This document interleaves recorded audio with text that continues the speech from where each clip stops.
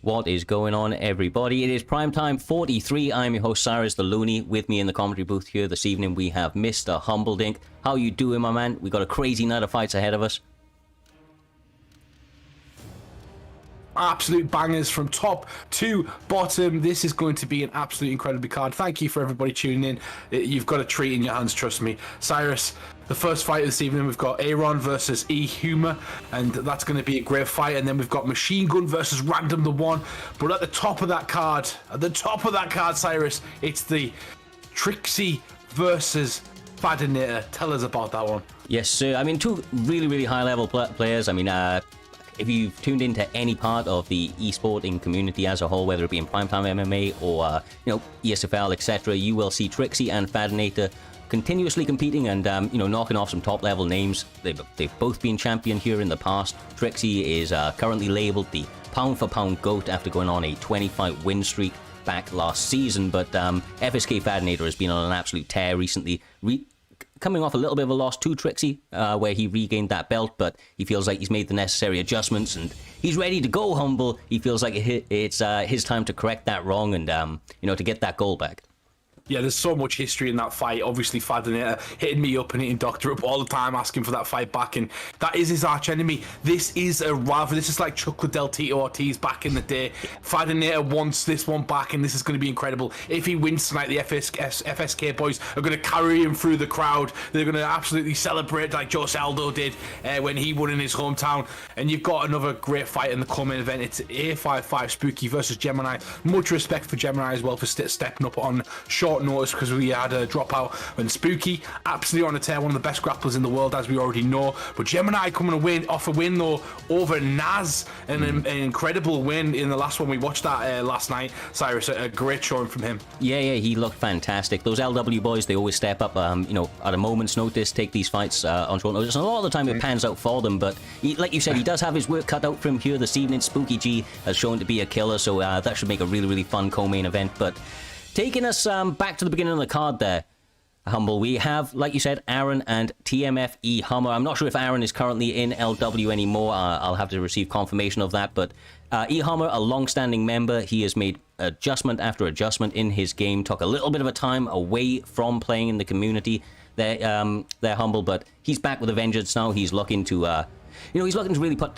together a bit of a run for himself and TMF, and obviously standing across from him is a kid that's been doing ups and downs within the community. He likes to kind of talk his way into a couple of fights, likes to play some of the mental warfare aspect of of fighting there, but he has made big adjustments recently with his secret coaches. I actually don't know who they are. He's got a couple of guys training him out the back, and I actually fought him myself, had the pleasure of running a couple of spars, Humble, and I can tell you this kid's made some big adjustments, so I'm really interested to see how he stacks up against somebody like Hummer, who is known as a proven veteran within these types of communities. Yeah, a bit of added extra pressure as well for Aaron tonight because he does have his family watching, which is an interesting one. The primetime screen is on the big telly tonight for Aaron, and the pressure is on. And we welcome Aaron's family to the primetime community. Hopefully, Aaron can get a dub on his return because he is currently 0-2 in the primetime division, and we're going to be looking to try and obviously show his family what he can do in this one, but it looks like we're going to get this one underway. These boys are ready to go, and it looks like it's going to be in the lightweight division between Oliveira and it maybe a Dustin Poirier pick, Cyrus. Yeah, it would be interesting to see how he adjusts in this one. Aaron has said that he's going to be grappling quite a bit, which would be a bit of a change from him. He's shown to be more of a grappling-based fighter in the past. I'd be interested to see, like you say, how he goes ahead of it. Hummer is a well-rounded guy, but traditionally likes to keep it on the feet, and maybe he's going somebody like Charlie Olives just for the backup of those submission threats, should he get taken down. Yeah, maybe. I think he still hasn't picked yet. That's my kind of prediction on this one. I think he's completely ready. We'll try and get the guys in the truck to get these guys rolling and get these guys fighting, because Aaron's ready. Hummer just needs to press that button when he's ready to go, and we can get this fight underway tonight. There we go. Adjusted Gaethje pick, as expected. Just an absolute brawl we're going to have on our hands right now, Cyrus. You're going to have the two kings of absolute slobber knockers and fighter nights every single time they fight.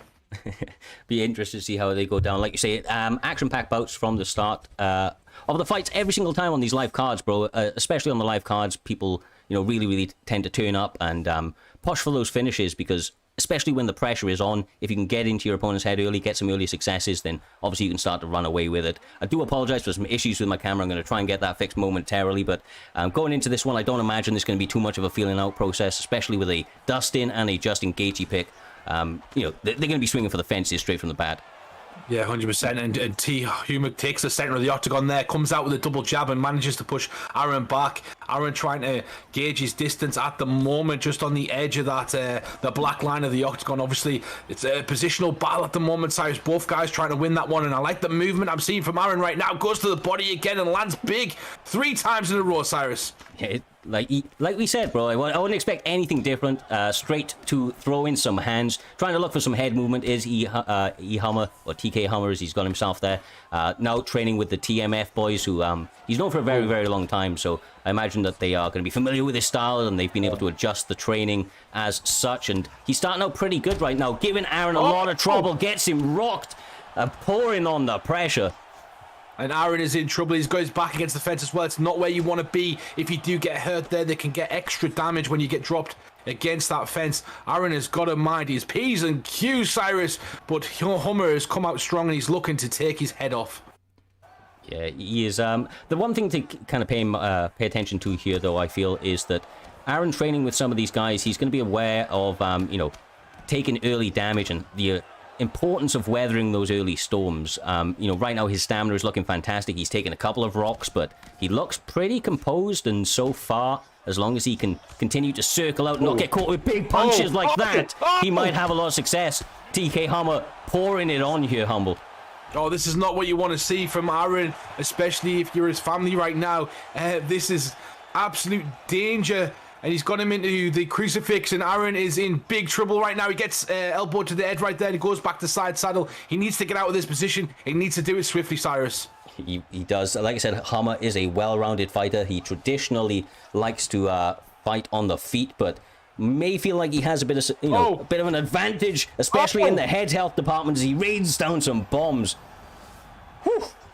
Huge shots right there, and he's lucky to survive. He's not messing about, is he? He's come out to try and take Aaron's head off, and Aaron needs to make some quick adjustments, like you said. Maybe he can make it go into the later rounds. Maybe he can try to get some damage off himself. But at the moment, the stamina's looking pretty even to me, and the damage is absolutely in a one-way direction. He nearly gets finished right there, gets the turn. Can Aaron come back with an onslaught, as Cyrus has tuned in upside down, everybody? The camera is giving me all sorts of problems. I'm going to get it fixed in between. Right now, though, you're going to look at me upside down while these suits try to get a finish in the last 20 seconds. God, that's so funny. He takes it down right there. He goes to the back, and Hummer is in a great position again. 9 seconds. This has been all Hummer this round. Aaron needs to keep his composure going into the second round. Maybe make some adjustments. Talk to his teammates. Always good to talk to teammates in a round. Get a second opinion, and then come back in that second without not even thinking about the first. Even though you got dropped, you got rocked, you can still win a fight. You gotta treat it like a new fight every single round, Cyrus. There you are, he's back, everybody. I hope I fixed it, bro, once and for all. There he is, everyone. Oh, Never mind, goddamn. hopefully. TKO by camera already in the first fight. Yes, sir. Hammer, though, bro, he is going back to that straight lead hook and continues to finish with the uppercut on a bunch of these combinations. I have to say that Aaron's stamina looking good. Nice slip off straight, and he continues to put some money in the bank with some body shots. You love to see it. The bit of a more educated approach from him, especially with all of this damage that's coming from E. Hammer.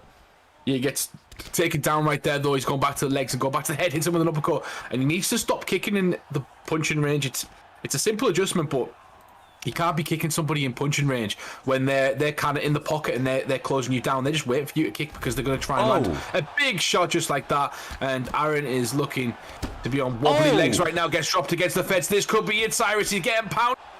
E. Hammer is having a fantastic performance here. He's got some early damage off, and he is trying to run away with it and really, really capitalize on the advantages that he has, but has to be careful because once again, I feel like Aaron is maybe taking a little bit too much damage, but he continues to look pretty calm when he gets out of the big danger moments. It's just little tiny sequences just like that with the, the hooks and the elbows landing there, Humble, where, his controller's died. Is his controller died? Oh, no, Aaron. This is a league fight, brother. You got to take it. You got to take it. I will say respect for him to wait a little bit, but there's going to be some... This is what... do it for your family, Aaron. Do it for your family. E. Hammer is going to be not happy with this one. Aaron is pouring it on, bro. What a comeback. This is the comeback of the year. Aaron gets the win. His family should be proud. He took the win when he should have. And it is a league fight. You need to charge your controller before you do this. This is one of the aspects of playing in these league games. You need to be prepared as an opponent for somebody else. And that is obviously Hummer's going to be distraught by that, but... yeah. Maybe in the future he'll make sure his controller's charged going into a league fight, because that's what you've got to do. You've got to make sure you're ready to go. I've been my controller charge. I'm fighting later on. I've had that charge already as I'm doing the commentary. Cyrus, there's no excuse. Yeah, look, we've seen it happen before, and it is unfortunate to say the least, especially in a fight that, E. Hammer is going to probably... fairly rightly think that he was starting to run away with. His controller dies, and like you said, that's a mistake, unfortunately, on his part. Hopefully, that's not a mistake that he's going to make again, and, I imagine that he's going to be calling for a rubber match, and I wouldn't be surprised if the matchmakers out back want to put that one together. Aaron! Oh, wow, I'm never going to hear the end of this. This is going to be amazing. Oh, wow. What a fight. Anyway, well done to Aaron for... getting the win, even though he was taking some mad damage right there. It is what it, you have to charge the controller. I'm sorry, but you have to, from my perception anyway. But yeah, we move on to the next fight. It's going to be Random the One versus Machine Gun. It's going to be like heavyweight Cyrus, and hopefully these guys are ready in the truck. I believe they're just getting themselves sorted as they do that. This card is so stacked, it's going to be incredible. I wouldn't expect anything less, brother. Like you said, these two guys, though, just to go into this one, Random the One and Night Legacy, also known as F. Mahon. It is going to be on the PlayStation side of things. Night Legacy, of course, has competed on both. I'm not sure if Random the One has, but they are very, very entertaining stylistic matchups. They're Humble. They have entertaining striking styles for the most part, but have that kind of grappling base in their back pocket if they need to, although you don't really see it very often, especially on the side of Night Legacy. He tends to taunt more than he takes his opponents down. Yeah, he likes to be the showboat. Man, Legacy likes to come here for a good time, not a long time, And that's just kind of the same with Random the One. That's why these guys kind of got matched up together. Both of these guys need a win, though. It's a big fight. Do not mistake that. Going into this one, it's a very, very big fight for both guys. You got Machine Gun currently on he's 1-3. I believe he's coming off 3 losses in a row. Yeah, so he needs to get back on that track. And to be honest, he's been doing well in most of the fights he's been playing. It's his character selection that usually lets him down. He likes to pick the characters that 4-star, and he does it again with Anderson Silva. But at least he's picked someone who can possibly beat a legend like John Jones, depending on how Random the One plays this fight. Yeah, I mean, if Random the One decides to go to a grapple-heavy, approach, decides to clinch and take his opponent down, and in an aggressive way. That's something that Anderson Silva could have a lot of issues with because, of course, he has some jiu-jitsu to fall back on there, Humble, but ultimately he wants to be on the feet. He wants to be working his counter-striking. He definitely doesn't want to be getting involved in an engagement of prolonged grappling throughout the course of this fight. No. And both these guys, you're completely right about the grappling. Like, you don't want to be on your back, Anderson Silva. We've seen that when he fought DC at UFC 200, and you just don't want to see that again. Like, he did okay when he went to the body and did different stuff. But I just got to say with these two as well, both of these guys are coming off 3 losses in a row. So someone's 3 losses in a row has got to go, Cyrus. That it does, brother. That it does. And once again, I think it's a lot of the time due to the way that they've approached their fights. They like to push and have an entertaining bout. A lot of the time it's down to fighter picks as well. They do seem to be having some difficulties with their connection. I think I did see a spike going into it. Yeah. Hopefully this returns and is able to stabilize out very, very quickly, because that would be a little bit disappointing. That's very unfortunate, lads. That's very unfortunate. Not what you want to see, but hopefully they can try and maybe get back into a lobby, try and switch it up maybe or something like that while we wait for these guys. I'm not quite sure how we're going to run this one, Cyrus, but I'm sure the truck will help us out on this one and get it sorted, maybe? Yeah, I think what we'll do for the moment is to allow these guys just a couple of moments to connect to each other, see if their connection's stable. We'll move straight on to the next one. TMF Rara. Oh, okay, Rara's in TMF now. I did not see that. TMF Rara Rasputin, obviously the kind of legend within the league himself. He's been around for a very, very long time, had his ups and had his downs, and is looking to take on ex-TMF member in Mikey Boy down in Bantamweight, Humble. I imagine that Rara is trying to represent his current camp, somebody, a camp that's quite clearly been working with him, I would imagine, since he's joined. They're a very, very active bunch and like to help each other out quite a lot. Up against a former member who's going to be familiar with some of those training styles and maybe has some insights on the way that Rara is going to try and approach him. Yeah, 100%. And, there's always a bit of animosity as well when you've left a camp and someone else has joined a camp, and there's a bit of friction there. I like all of the camp stuff, but Mikey Boy obviously was going to try and beat Rara today. Rara being 6-4 at the moment in that division. He's going to be wanting to keep that positive record and try and keep on a winning streak and kind of move up the echelon of that division. And then I believe Mikey Boy's coming back.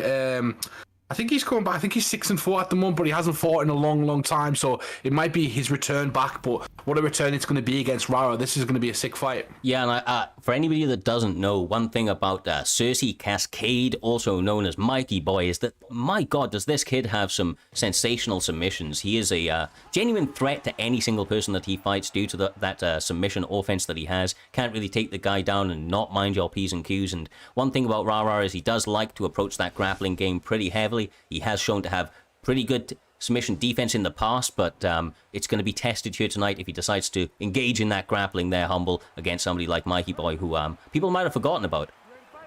Yeah, of course, and it's time to remind them, right? You got to remind them who you are, especially when you take a bit of a back step from competing for a while, and when you come back, you got to put a stamp on this one. So that's exactly what I'm looking for from Mikey Boy to do. And Rara needs to show his improved skills. He needs to show some of the new techniques that he's doing and mix it up slightly, because you can see they fought quite a bit right there, and there was a kind of a favourable advantage to somebody. So with the Peter Yan pick, you don't want to let him back you up. You don't want to use that bulldog perk, especially in the later rounds, and you want to get ahead early in the first. I'll be looking for Rara to go into the body, maybe mix it up slightly and impose his game plan onto Serious Cascade. Sorry. Yeah, for me right here, this fight comes down to the adjustments that Rara has been able to make in his striking in particular.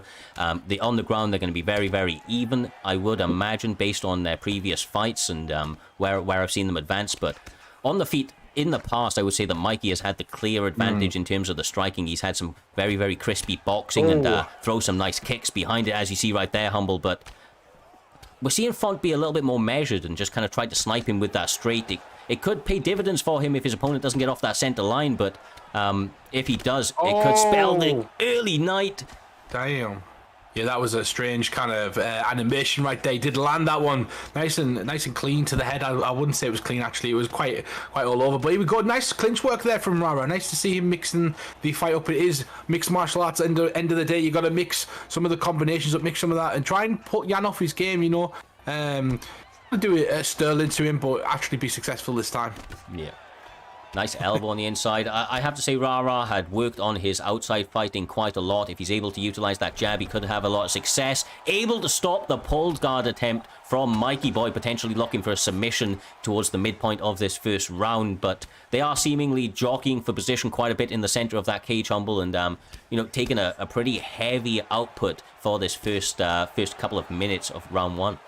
Yeah, it's very frail in that process. I think that Mikey's probably feeling the better of this round, but a rock either way, a stun either way can kind of implement the who's winning the round. So it's up in the air at the moment. And I do believe that I'd like to see these guys get a bit more aggressive, try and impose their will a bit more, and kind of win this round, because this round is incredibly important. This last minute is incredibly important to who wins this fight. Yeah, exactly right. Nice lead body uppercut from AJS Rara Rasputin. That is definitely something he's been training with the likes of Chins with. Good head kick return from Mikey Boy. Now starting to fire away in the last 60 seconds of this round. And you can already see the stamina effect from that takedown defense on Mikey Boy. I don't know where his stamina is at, but that could be indications that it's starting to wane a little bit towards the end of this first round. Nice body kick right there, definitely. And that's something Rara would probably want to try and work on. Something he's been looked good in his previous fights before is his stamina management has been very, very, very good. So it's just implementing the other parts of the game. But very close fight right there. Look at that. Very close fight. Rob Font landing 32 significant strikes of his 55. And Peter Yan landing 22 of his 40. Now a bit more efficiency on the Peter Yan side, but you'd be much happier if you were Rob Font at the moment, especially with the amount of significant strikes and the same amount of total strikes. Yeah, I completely agree with you. I said that this fight will come down to the adjustments made in Rara Rasputin's corner in terms of his striking, and he's already showing little indications that he has added some tools to his box. Or bag of tricks, if you will. That lead body uppercut. Nice side kick to the body. He's the one that gets leg rocked, though, and he doesn't decide to let that stop him for a moment there, Humble, as he continues to fire away and poke at his opponent's overall health. Yeah, beautiful. I like people use the teeth and the side kick to the body to kind of knock their opponent down. The timing's got to be really good to do that, especially you kind of throw it when they're about to throw a kick, and you end up getting an extra couple of strikes and in a clinch position, which you can dictate the position of the cage as well, which I don't think people kind of realize how effective that is. You get to push your opponent back to where you want them to be in. And that's really important to kind of control the fight. As you can see, Ayan is using that bulldog perk coming forward and now catching Font. And Font's got to be careful right now because Mikey is not taking any prisoners. He's coming for this round especially. Yeah, I completely agree there. He is tagging the body in between, trying to look for that front kick as his opponent maybe is trying to duck down. But a lot of leg kicks on the side of both gentlemen here, Humble. They continue to fire away at it. And I think I can't remember who actually told me it. It was somebody very recently. I think it might have been FSK Comp. It actually takes away some of the damage that your opponent's able to put out if you're able to chew up that lead leg. So, obviously that may be playing a little bit of a factor with two guys that hit very hard. Nice leg check. Yeah, it affects your movement and it also affects your power as well, and sometimes your speed. So you got to be careful. Of taking too much leg damage is something a lot of kind of good strikers like to land. It's just a case of sometimes you sacrifice that leg, you've got to kind of aim for the head and headhunt a bit if you're going to sacrifice a leg, and that's something Mikey hasn't done efficiently enough in this round. But a beautiful takedown right there, and kind of a nice. We don't see that a lot in this one, going to the double under and then getting the trip, Cyrus. Yeah, exactly right. And Mikey Boy is, like I said, he's a crafty kid, especially on the mat. He's got submissions. He knows how to grapple. And I think that he shot that takedown at an absolute pinnacle stage of this round. It was just going past that midway point. He takes his opponent down. He's still got a minute 20 on the clock, which is a lot of time to work, right? A lot of people leave it a little bit too late in those final 60 seconds. It looks a little bit good in the eyes of the judges, but ultimately doesn't leave you a lot of time to work. But Mikey is, taking his time and still has a lot of time to go. Yeah, you got to try and get ahead, and he probably thinks that the round's been close again, and the significant strikes might have gone in Rob Font's favour. You can't really get significant strikes off your back. You can't really do too much damage. The submissions might be there, but Rob Font's not a submission artist. As I say that, Rara doing a fantastic job of taking the back. Is he going to try and go for some control here and maybe try and edge out the round at the end? Because it's been super close. Nobody knows who's going to be winning this one. Both rounds have been incredibly close. He stands back up, kicks the leg again, and tries to land another big shot there from Rara. Oh, what a close fight this is at the moment, Cyrus. I'm liking it, man. I'm liking it a lot, and I have to say I am impressed with the adjustments from Rara Rasputin in regards to his striking. Look, as you see there, I mean, from the first round to the second one, he was making adjustments, and he manages to get the better of his opponent. Does throw at a much higher clip, which could play a bit of an effect going into this third and final round. But I'm liking the action. I'm liking the mix-ups, and I think that it's just up to one guy to make the final and necessary adjustment here, Humble. To walk away with a W, because I think this is a big one for either guy.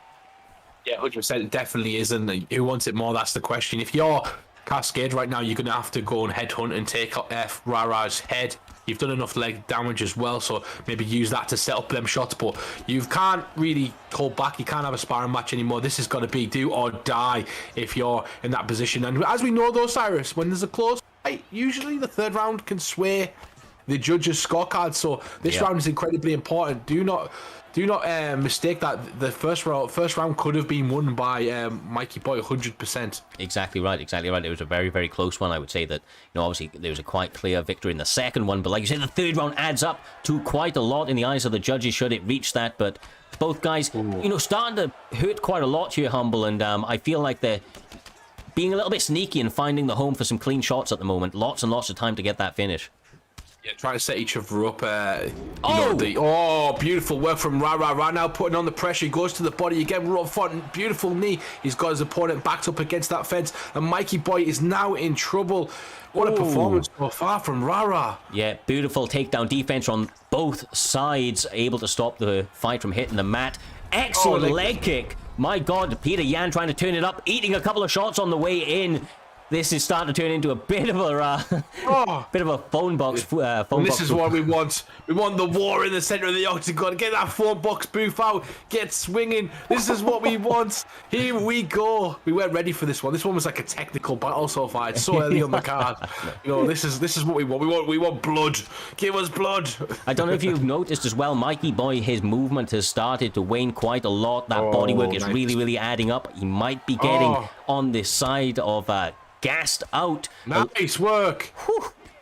Sorry there, Cyrus, to cut you off. It was beautiful work there from Rara as he kind of uses that lunge straight after the combination. Beautiful work, Cyrus. Yeah, this is the best he's ever looked on the feet. He's had, some great advancements in terms of his outside boxing, but right now he's looking good in all ranges. Attacking that leg once again with beautiful success. I mean, has to be careful though, Humble. One wrong move and that could spell the end of the night. Yeah, he missed out there on the ghost of the pullback elbow, but he nearly got it, and that would have been absolutely devastating. He could have turned into a ghost himself. Beautiful work from him. I'm really liking the jabs at the moment. He's got to get off that fence. There's 40 seconds left. Do not mistake. Mikey Boy is still in this fight. He can still come and get him, and Rara just doing a great job of keeping him off him at the moment, using the long shots, using the body kicks, and he's got to be careful, Osiris. We both see it. We both can see it. Hey, just like that. This is it. This could be it. No. Oh my God! He's got him down. Can he come back? He's got 4 seconds left. Brother. I could have won him the fight. Oh, what a fight. Yeah. Respect to both competitors. Advancements made in both of their overall, kind of abilities and kind of game plans that they're able to employ. I have to say, I was delighted with the way that one turned out. Humble, start to finish, these guys really, really turned it up and showed a nice varied skill set throughout the course of the fight. Yeah, definitely. And the chat was going crazy during that as well. We had Nigel Armey in the chat, absolutely going nuts with all of his friends. And then I'm really liking what I'm seeing from. And he gets the win. Well done to. Rasputin, yeah, that's Rara. Yeah, well done to Rara and his updated camp as well. He looked really sharp. I really liked how he fought that fight, a very technical fight. Obviously, Mike probably going to be a bit disappointed himself, but he can dust off the cobwebs now. He's had that fight, he's come back, had that one fight, and get straight back onto the train and maybe sign up for next week's card as well. And just a reminder, everybody, as well on the card, we are keeping the sign-ups for the next week's Saturday's card open till the end of this prime time. So if you want to sign up, go ahead and get into our prime time chat. We'll put it in the link. We'll put the Discord link in the chat at the moment. You can try and sign up for the pay-per-view card for next week. But move on to the next one. Great win for Rara, but by the way, the random the one card versus the machine gun was cancelled, but one of the guys failed to make weight in the back. He couldn't do it. He fell over, hit his head off the sauna, whatever you want to call it.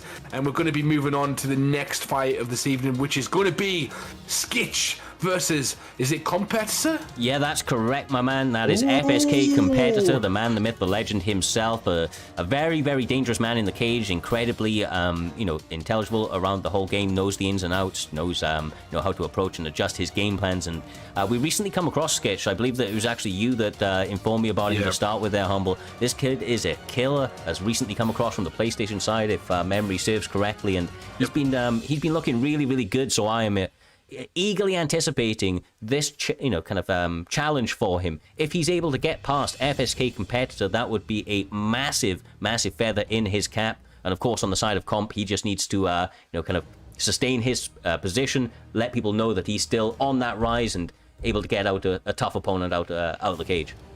Yeah, 100%. Skitch is one of my favourite people to fight every single time on PlayStation. I first came across him when I was fighting Ed Parker quite a lot, and Skitch kind of came up in his chats, and we were talking quite a bit. And Skitch likes to kind of copy and mimic some of his favourite players like Ed Parker, but he's also got his own style. He's one of the best French players in the world. And I've even got my own YouTube video for him of the incredible combinations of Skitch, because he has some unique combinations with movement that hopefully you'll get to see today. But Competitor is exactly that. He's a fantastic opponent for Skitch, and this is one of the best matchups you could have made. It's a bit of a crazy one that we're getting so early on in the card, because I guarantee to everybody watching this one, this is one of the best fights you can get striking wise in the world on Xbox at the moment. It's going to be incredible for us to call it and watch. Yeah, I completely agree with you, my man. And just to throw it out there, the chat is going crazy with the support of Comp. I mean, there's a lot of Xbox guys out here. Go. Maybe they're not as familiar with Skitch, but there's a lot of confidence in Comp's abilities here this evening, Humble. He's got a lot to live up to against a dangerous Frenchman. Yeah, you got your bets on now as well. If you want to get your bets on, you got 46 seconds to do that. I always have to stick by the PlayStation guys who go over, because it makes me look better when I do beat them. So, I am back in the Skitch on this one, but Competitor has been nothing but impressive. His last fight was incredible, and he's coming off a win. And I believe if he wins this fight, he's going to be right back up there in the Xbox division. He's going to get some big fights in the future that we're going to get to see as well. But he's got a tough test at the moment with a McGregor in Skitch. Yeah, that knee landed perfectly as Competitor was going for a body punch. I believe it was body straight, and now Skitch is mixing up to the body and the head. Linking those combinations absolutely beautifully. I have to say, Competitor is, like he says, a competitor and will make the necessary adjustments if he's given the opportunity. As you see him ripping away with the combination right there, Humble. These guys starting very, very quickly. Only a minute or so gone, and already a lot of significant strikes starting to add up on both sides. Yeah, it doesn't look like it's a bit of a feeling out process at the moment, even though it doesn't feel like it is, because both guys are kind of going at it. But with a McGregor, and these guys are trying to get each other's movement, especially from Skitch. He's very good on the back foot, but he's got to watch out for kind of swaying into the wrong direction and using a bit too much movement. Oh, he's got Competitor on the ropes. He drops him with one of the combinations. This could be it. Skitch has got him down. Oh no! Wow, that was a mix-up, brother. Sorry to interrupt, but that was a crazy mix-up of tempos from the side of Skitch. Competitor trying to answer back, but he has to be careful. That low stamina is going to open him up to some high vulnerability strikes from Skitch, who clearly has some combinations in his bag to just absolutely rip out there. Humble. He's looking very clean here tonight. Yeah, his misdirection is absolutely incredible, and that's one of the combinations I have on my YouTube channel. Ironically, of him, it's just one of those combinations that catches you. It'll just be interesting to see how Competitor deals with it, because at the moment, on the back foot, he's kind of taking a bit too much damage, and he's getting predicted his kind of movement, even his body shots right there, and the stamina's not looking good for Competitor at the moment.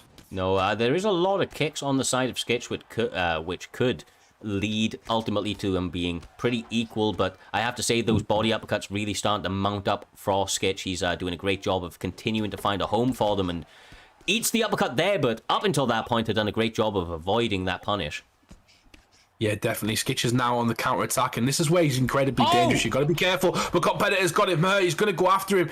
No, he decides to back up right there. That's where the stamina comes into play. Usually he would have had a bit more of a shot of trying to finish his opponent there, but because of Skitch's work earlier on in the round and mixing it up to the body, incredibly important. He might have saved himself a couple more extra shots from competitor there, as we see them two trading again in the center of the octagon, Cyrus. Yeah, for sure, brother, for sure. They don't have very long left in this round, but already the damage is quite clearly being worn on the body and the head health of competitor as he goes to it again. The head health not looking exactly fresh for Skitch either, but doing quite clearly a better job on the offensive side to get his damage off early and end this round out in a pretty strong way. Humble, he's going to be feeling pretty confident going into the second round in a, in a pretty tough matchup for him.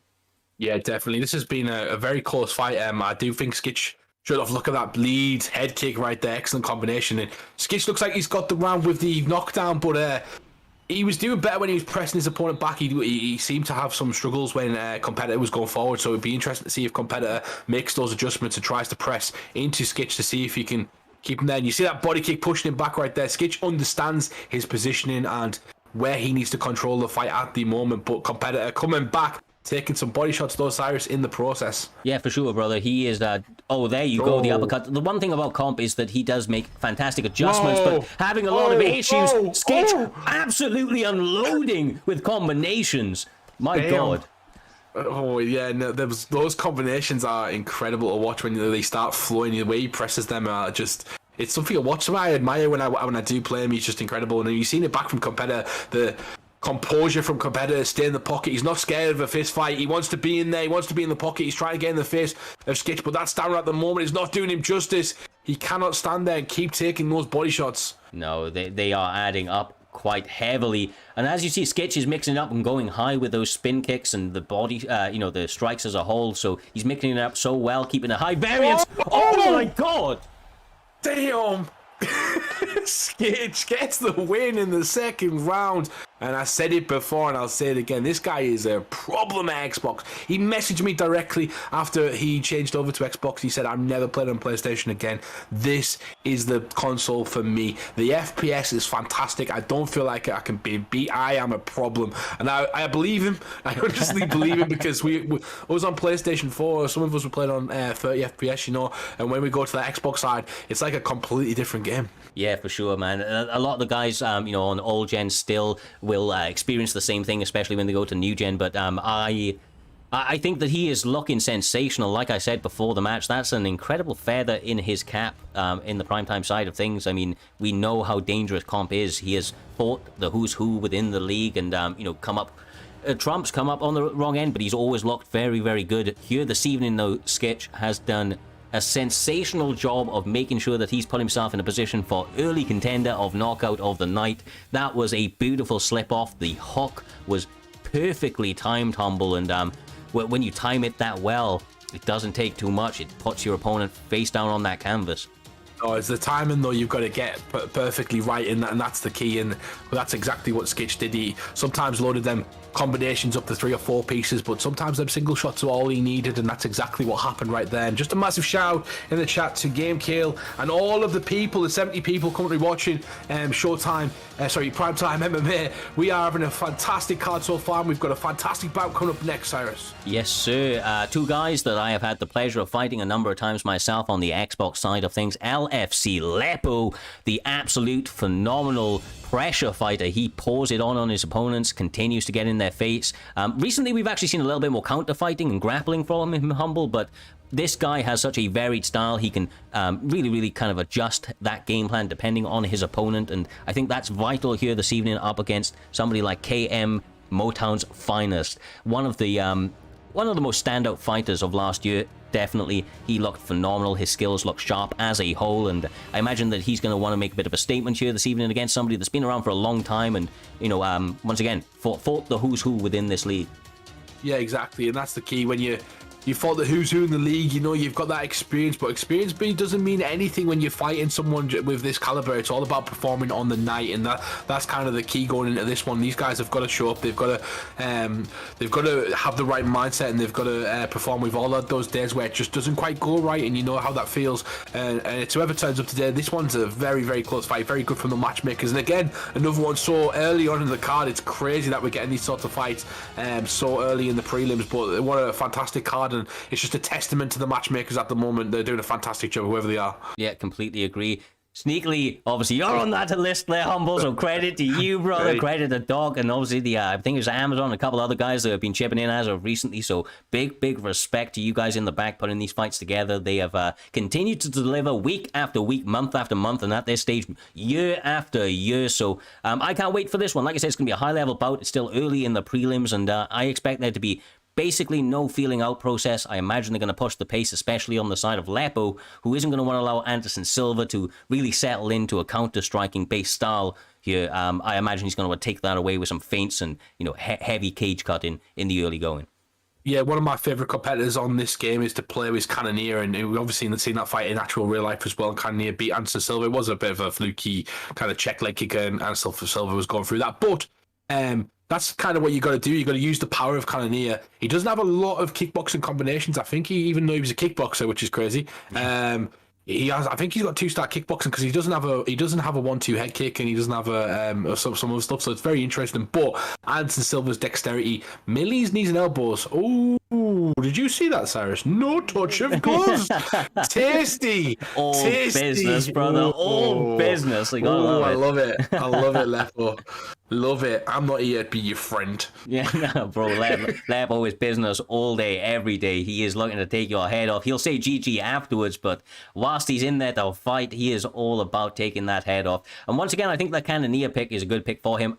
For that very reason, he likes to push the pace. He likes to get his shots off early, and with somebody that hits so hard like Cannonier, even though he doesn't have the high skill set for his combination, when he does connect with any of the simple techniques, he does a lot of damage. Although these strikes from M-Town's finest are absolutely on fire. Big shots right there, yeah. Dude, currently these guys have like an even record as well. I think Lepo's 6-7 and M-Town's finest is 3-3. Oh, big shot right there. I didn't even know Cannonier had that spinning back kick. Beautiful work from Lepo, and he's doing a really good job on them legs at the moment. Obviously, Anderson Silva's got still rod in his legs, Going to kind of take that leg away after that break, and something Conor McGregor's also going through in the future as well. And we'll see how he fares, but great job from Lepo so far of picking that leg apart. Yeah, you can already see the damage is adding up quite largely, but M-Town's finest is doing such a good job of putting together 3, 4, 5 punch combinations, and seems to be doing a slightly better job of keeping his head health in a pretty good position. So if he's able to turn it up and start to check some of those leg kicks, Humble, he might start having a lot of success over the course of this fight due to that head health advantage. Lovely spin kick to the body. He is looking pretty fresh, M-Town. He's had a couple of moments of adversity, but doesn't seem to be dissuading him whatsoever as he continues to put together some combinations and slip some big shots.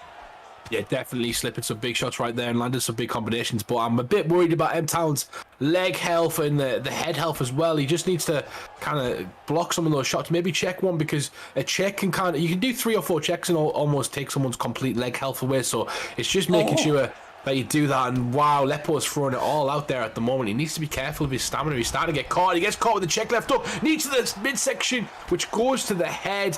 And now Anderson Silva is turning it on, and M-Town Finest is looking in a great position at the moment, Cyrus. Yeah, in a complete 180, M-Town's Finest has completely changed the script, gone from slightly behind to pretty largely ahead, and as long as he's able to, keep it simple here, start to continue to pick away at his opponent, not allow him to land anything big, he could be onto a winner, because Anderson Silva is just phenomenal at playing that rangy game. Ooh, just missed that spinning elbow slightly. You are right about that ragey game right there. You got to prod and poke and feint and move, and that's kind of how I play with Anderson Silva. And Lepo's kind of missed some big whiffs at the moment. He's being punished for it, and he's kind of realizing now he's going to have to pick his shots and making kind of Anderson Silva come to him. That's one of Anderson Silva's real life games, isn't it, Cyrus? He baits you into throwing sloppy strikes or predictable strikes, and then it manages to counter you because you're fighting on his terms, you're fighting at his pace, you're kind of hesitant to throw, and you're throwing when he wants you to, he knows it's coming. So that's something he's incredibly good at, and that's what he's utilising at the moment as well. Yeah, perfectly said. I mean, M-Town's Finest using the Anderson Silva mentality here, which is that he's just not going to fight at his opponent's tempo. A lot of your opponents are going to come in with a lot of pressure on their shoulders, Humble. They're going to be quite tense, which is going to make every second feel a little bit longer and make them push the pace. M-Town's Finest tends to not do that, take his time, fight at his own tempo, and that allows him to find some openings in his opponent. Sorry to interrupt you there. I love that straight down the middle. He caught him straight on the chin. Cyrus right down the button. As I say, that Cannoneer comes back with a beautiful combination. Oh, nearly catches him with a spinning kick. And now he's in trouble himself because his stamina was gone and he gets out of there. Beautiful sequence of events there, Cyrus. Yeah, I am surprised that spin kick didn't do a little bit more, but that stamina was non-existent at that stage, probably playing the biggest factor, of course. Lebo going to be feeling very good after that moment. He knows that he's ahead in this round, and as long as he doesn't throw it away now, he can, utilize that to get momentum completely back into his favor. He's clearly got the respect of M-Town again, as, he's being a little bit more hesitant to open up once again at the beginning of the second round. Yeah, beautiful check right there. As we were talking about earlier, Ronnie needs to check some of them leg kicks, but might set up the head kick from Lepo, and Lepo go. Anderson Silva's got to be careful there. He uses the correct combination to stop that the clinch attempt, which is a straight uppercut, and nearly takes M-Town Finest's head off. But this is a close bout so far. It's up for grabs. Both guys have had their moments at the in these first two rounds, and they need to implement that and try and show who wants it more, because it's a very, very close fight, even though they've both had some chaos going on.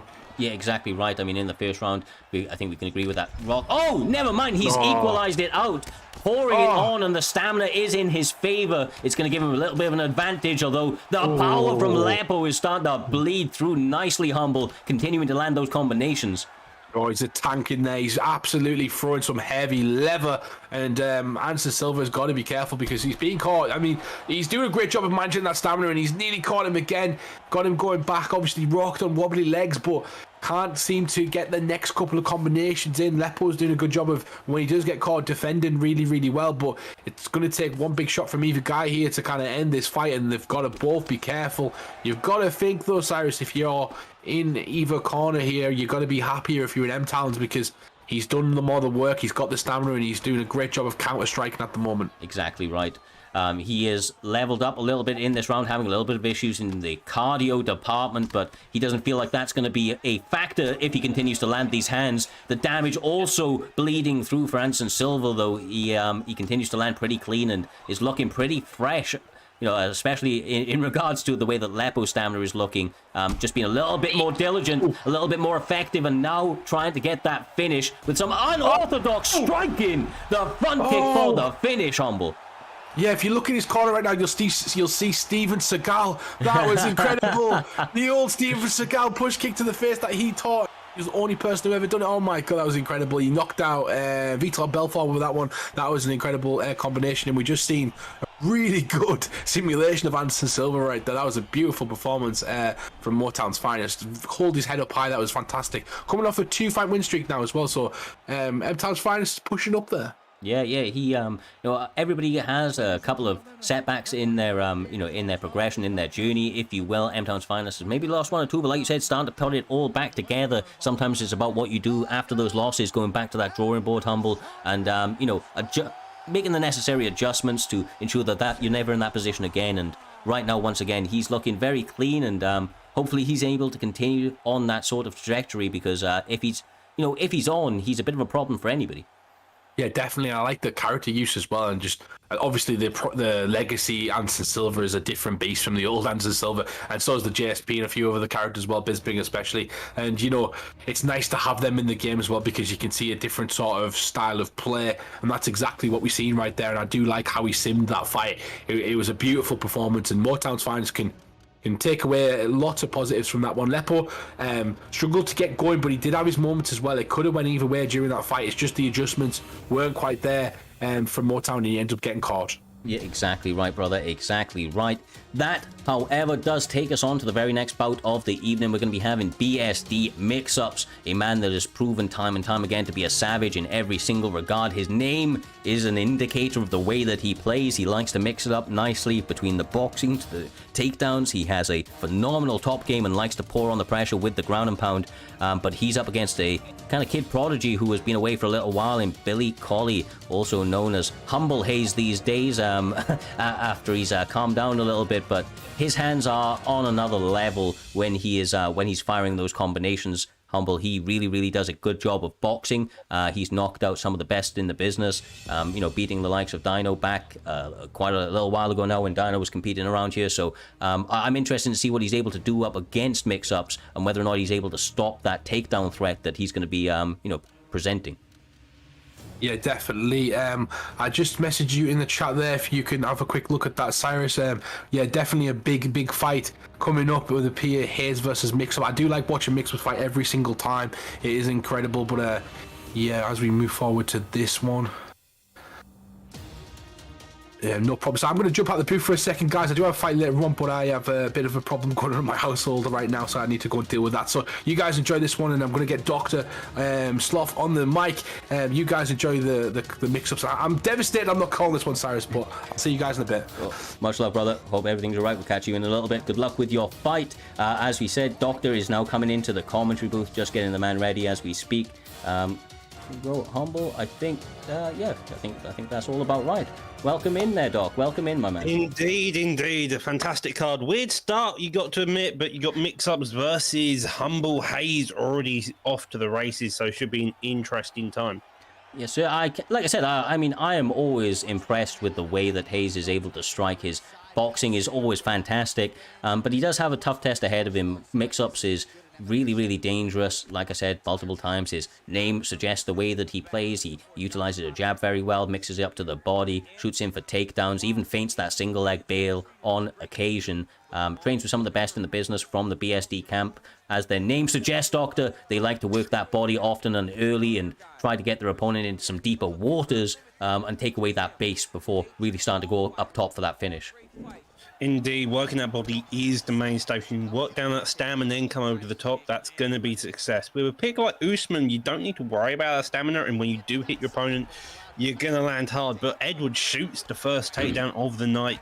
Yeah. With 3 minutes left on the ground, it's going to be a long time to see if they actually get up. I will be surprised if, Hayes continues with this sort of game plan. It's not normally his bread and butter, and he does get reversed relatively quickly with some nice, quick movement on the side of Usman from Mix-Ups.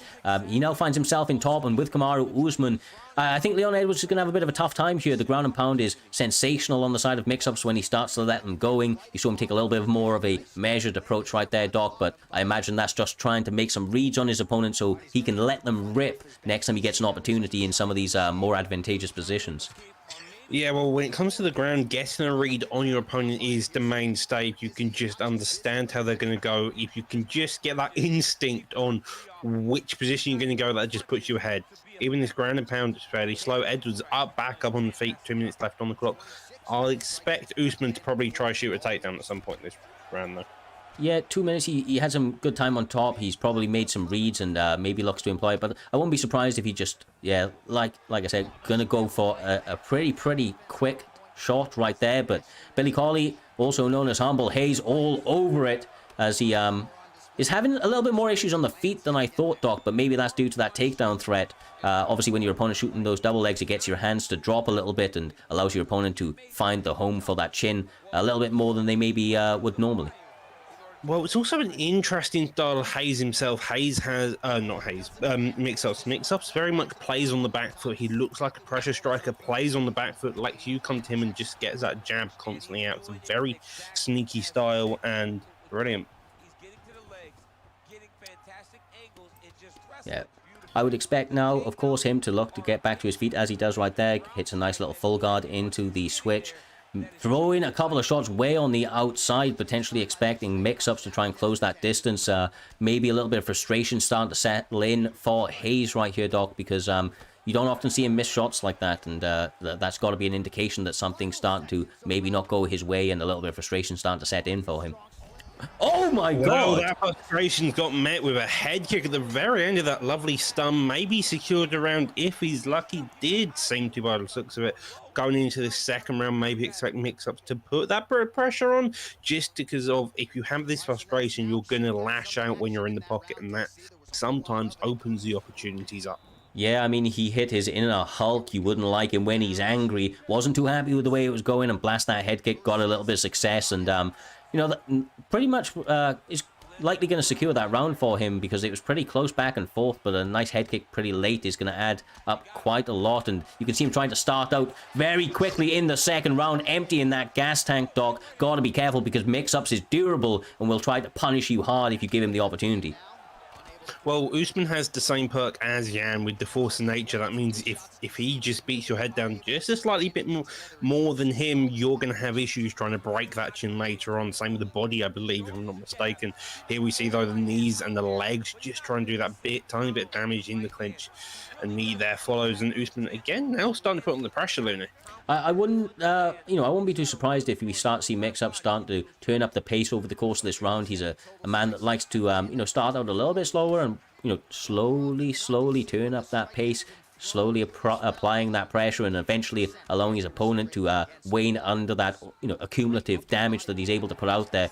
But Hayes not a kid that really allows that frustration too much to settle in and get the better of him, as we saw a little bit earlier on at the beginning of that first round, Doc. It often allows him to dig deep and find the killer shots that he needs to equalize the playing field. Yeah, the killer shots are key. Usman's got the hand, so you don't need a massive killer shot. All you need is like a good jab straight to really mess up someone's day. See a single leg there, so clean, get down, 2 minutes left on the clock. This is a long time to work as Usman. If you can get the top mount, you can start running that ground and pound, and it never seems to stop with someone like Usman. No, it doesn't. He has cardio for days, especially when he's able to implement a kind of like a 50-50 split, some striking, some grappling. He just he has a well-balanced kind of cardio base where, some people get a little bit more gassed when they're grappling, some people get a little bit more gassed when they're striking, but he's efficient everywhere, and that allows him to really, really keep up a high pace that is often, a little bit too much for his opponents and leaves them in really, really deep waters, kind of struggling for air.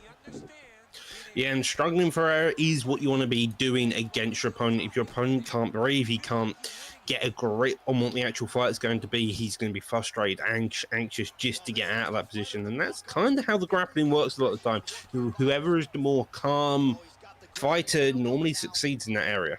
And it seems like Mix-Ups is the more calm fighter here. Yeah, he's definitely having the more measured approach and quite clearly feels an advantage in the grappling exchanges.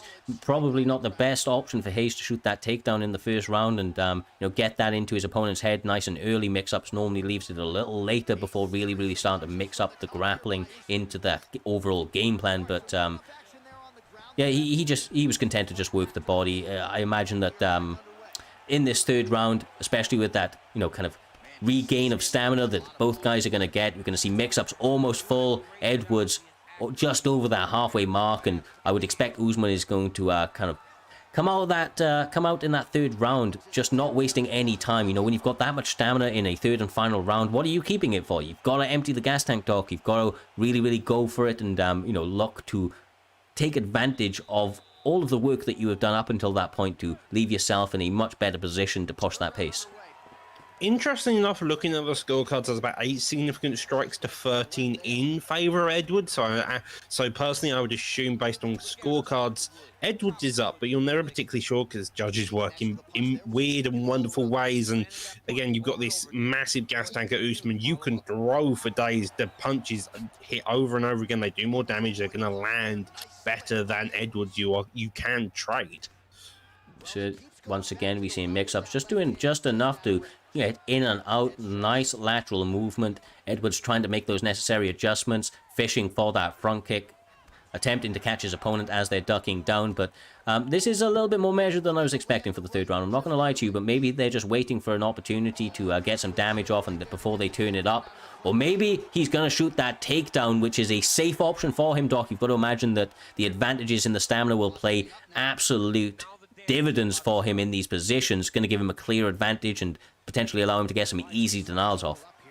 Such an early takedown also indicates you're confident in the fact you won the last 2 rounds, and this round you don't want to engage in the striking because of that is just an easy pickings and easy ways to lose a fight. So if he can keep it on the ground, keep it slow, make sure he's the aggressor and not in the defending position, he's going to have an easy time playing out the rest of the 2 minutes 40. Yeah, knowing mix-ups though, he will look for some big ground and pound opportunities when he feels that he's got an opening for hit. He's not a guy that often likes to ride out a decision victory, as you see him trying to take a couple of risks right there, which ultimately get him reversed. Look for Hayes to separate. You've got to imagine, like, I'd be surprised if he decides to sit in these positions. He does not. Back to his feet, trying to work that body, but he has 2 minutes to let those hands go, Doc, or he may be looking at a big loss. Oh! And a drop there. Lovely job there by Usman. Usman now starting to put on this pressure again. This is what you want to be doing, that you can just swing for days of straight clips in there. 1:40 left on the clock, and it seems like Edwards needs to scarf her out of it against the back of the cage. Nice work. In and out front kick. Attempts to land leg kick sweep. I mean, I'm liking what I'm seeing from Usman. He seems to be a little bit more defensively cognizant, as we see Hayes trying to dig deep and find a big slip counter, but having a lot of difficulties. That stamina not adding up, the head health basically non-existent, and this is going to be the finish. Usman pouring it on. Only just managed to not get finished. 2 minutes 50 seconds. Nah, that's it, brother. That is it. Finished. Great work from BSD Mix-Ups. He's able to get the job here done here this evening up against a dangerous Hayes. Not really able to get out those starting blocks at all, Doc. Obviously, the pressure just seemed to be a little bit too much from Mix-Ups here. Chopped away at him, as we suggested that he may try to do, and had a lot of success doing that. Yeah, he had a fantastic success. He kind of weathered the storm within round one. Round one seemed to be a kind of both of them. Hayes kind of led the fight somewhat. Round two, it was like this turning point where they both got used to each other's style. And then the third round is when Mix-Ups really came alive and became the most effective he could have done. Lovely work all round. These two guys now in the next bout. We're going to be having it on the PlayStation side of things. Filthy Uncle Ben, a man that's recently joined the league, feels that he has all of the tools necessary to make a run at that belt. Incredibly confident in his skill set, and I am intrigued to see how he stacks up against somebody that's very dangerous in King Amazon, a kid that's been around for a little while now and has been putting together some nice performances. Both guys are looking to pick a Conor McGregor mirror match, or kind of a mirror match, old McGregor v new McGregor in the featherweight division. Should make for a very entertaining bout, Doc. High power on both sides, going to be a lot of speed on both sides, and of course some crispy boxing. Since it's McGregor, doesn't really get much better.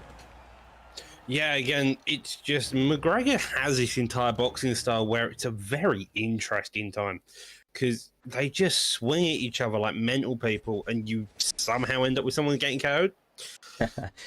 Filthy Uncle Ben in the chat saying, guys, I promise a masterpiece. I will hold you to that, my man. I would expect nothing less in this bout, but you do have your work cut out for you. Do not overlook King Amazon. The kid is shown to be durable and dangerous no matter what the position is going to be, but they're going to touch him up for round one, and we're about to see how they approach this one. Is it going to be a measured technical battle, or are they going to start swinging for the fences early? Only time will tell.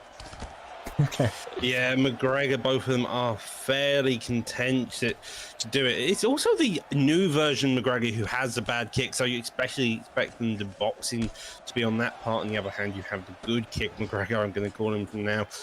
Both of them trading, still trying to get used to engagements here. Yeah, combination starting to let loose. The kicks to the body are attempting to add up, but the beautiful knee to intercept for King Amazon. He has to be careful of not missing too many shots on the outside. The stamina advantage is going to be a deciding factor in this one. Whoever's able to get that early advantage, and that appears to be Filthy Uncle Ben, who is ripping some combination stock and really looking to unload with some big, big combos, big power in the opening couple of minutes. Yeah, big combos, big power. That's what you want. As to just do it. Like the block already broken. Filthy Uncle Ben gets dropped there quickly. Amazon's wasting no time. He wants this fight over and done with as soon as he can. Yeah, I mean, he quite clearly does not like to be on the receiving end of some of that damage. Got tagged with a couple of shots and decided to let loose and empty some of that gas tank in order to get back in terms of equal damage. Did a great job of chipping away at Filthy Uncle Ben's head health. And yeah, now they're kind of back at it on equal playing field, Doc, with 2 minutes 50 on the clock. Lots of time to get a lot of work done on the feet as we're seeing them continue to rip combinations in each other's faces. There just seems to be no kind of technique here. I would say there's no technique. Actually, there is to some extent, but here you see both of them are just standing in his pocket, brawling non-stop and just looking to knock each other's heads off. Yeah, lots of slip attempts. They're really trying to capitalize on mistakes of each other. The push kick continues to be there for him as well, Doc. And we're seeing King Amazon try to attempt a couple of elbows to stop those pivot lunges. But the movement from Uncle Ben is on another level. The combinations continue to rip on his opponent. He is turning it up, trying to show up and show out, looking for the finish in the final minute. And he might get it, brother, with this sort of combinations. Oh, my God. He wanted payback for that first knockdown, but Amazon didn't. Now you just see Filthy Uncle Ben trading pocket. Amazon gets the better of it now, putting on this pressure. Both of them about half stamina and just non-stop action, even in this first round. Yeah, I am impressed with the movement, the combinations of Uncle Ben, but he has to be careful. Even though King Amazon is on the worst end of the stamina, he could land a big shot. That left hand from Conor McGregor will sleep any man if he's not defending himself correctly, which Uncle Ben doesn't seem to be having an issue with here in the final seconds. Uppercut finish. Beautiful work. A masterpiece is what he promised, Doc, and a masterpiece is what he delivered. Mad respect to that man right there. He, if you didn't know his name before, you do now. Keep an eye on him going forward. He is a sensational talent who is looking to make his name known, and this is a first step of many up against a man that, you know, is, well, considerably more well known within the community, who has shown to be a tough fight. That's a big win for Uncle Ben, Doc. Got to be impressed with his performance. That is a massive win. Very effective, very... Like, he came there, he got knocked down within about the first minute, maybe two, and then he's got a knockdown back, very aggressive, stepped off for a bit, and then just came back and got a knockout with 3 seconds left in the first round. Very, very impressive. Beautiful, beautiful work all round, my man. That does take us on to the very next bout of the evening. I believe this is our featured prelim. In fact, it is going to be Vex Grains up against Jakey, which is Jakey in BFAP now, Dog? Am I wrong? Am I right? Am I wrong? Am I right? I don't know. All I'm aware is he's left FSK. If he's in BFAP, I haven't been made aware of this as of current. Lovely stuff, not a problem at all. Well, either way, the man is an incredibly dangerous all-round talent. We have seen him time and time again be able to out-grapple his opponents, but in his most recent adjustments there, he has looked sensational on the feet, Doc, really putting it all together and finding a home for some really intelligent striking in his overall game plan, which has been a beautiful ripple to be able to to behold or call in terms of his fights. Yeah, both of them are very effective. Jakey's built up that entire striking persona. On the other hand, Grains has built himself up in general as a very effective player. Well, here they go. It looks like we are having Dustin Poirier up against Conor McGregor in the lightweight division. Jakey B is taking a 4-0 advantage in prior bouts. Of course, that was not under the banner of Primetime MMA, so we are not going to put too much stock into it, but potentially a little bit of an insight of how these guys' confidence levels are going into this fight here, Doc. When you've got a 4-0 advantage on somebody and then you get the bright lights shining on you, that confidence has got to be booming, and that could either go in your favor or maybe be that thing that kind of bites you in the butt. Yeah, just the confidence you've got to make sure that if you're going to come into a fight with confidence, you've got to make sure you at least keep somewhat level. Because if you're not level at any point and you get over aggressive or under aggressive and just let your opponent hit you with shot after shot, it's going to be causing issues later into the round. Exactly right. The jab is an active tool in the opening 15 seconds or so. Both Jakey B and Mexican Mush over there really trying to utilize that often and early, looking for some pull counters in a proactive way. Have to be careful not to slip into one of the power hands of either gentleman. I'm imagining that these guys are only going to continue to snowball in terms of output here, Doc. They don't seem to be taking too much time in the opening going, and this is only the first couple of seconds, so you know that that's just going to continue to rise over the course of the next 3-4 minutes that we have in this first round. Oh my God! Well, you don't need much to actually get the knockdown. You got the pullback uppercut there, and now he's really starting to put on this pressure. The block of McGregor is already as low as his head health, it seems like, and that's an impressive statement. So far, though, in terms of Jakey striking, he's standing in the pocket, walking out of it, and hoping Grains like fires a couple shots back to then counter, and so far it is doing a very effective job with within 2 minutes already getting a knockdown. Yeah, and one of the things that Jakey has been doing so well is he's been adhering to what I like to call the KISS principle, which is keep it simple, stupid.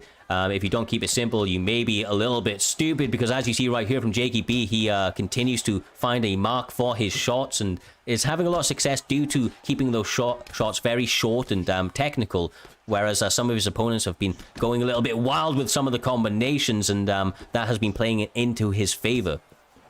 Indeed, like, it's just those elbows look fancy, they do a good damage, but sometimes the reach on it just doesn't work effectively. The uppercut gets another knockdown, and Jakey's just happy to keep it simple. He's throwing his combos on the block, using that jab effectively, working down the block, and then just peppering him with shots behind it. McGregor has no real answer for comeback. No, he definitely doesn't. And the one thing Jakey is doing as well is reading where his opponent is slipping, but he walks onto a big shot from Conor McGregor. That power holds true over the first couple of rounds for that man right there, and you've always got to be aware of that left hand, dog, or you may walk onto a big shot just like that, and the entire fight may be reversed. Jakey doesn't seem to be too dissuaded by it, though. Continues to put that output out there and maybe get a Mexican mush out of it within the next 50 seconds if he's able to continue to find the mark. Well, that triple jab lands on that block again. Finally, Mexican Mush is moving his head off that center line, hoping to land and clean straights. But so far, it seems like Jakey is getting the better lead within this fight. Oh my God! There, the lead hook follows, and now he's attempting an armbar with 20 seconds left. No, bro, I don't even care. That is a finish the fight submission right there.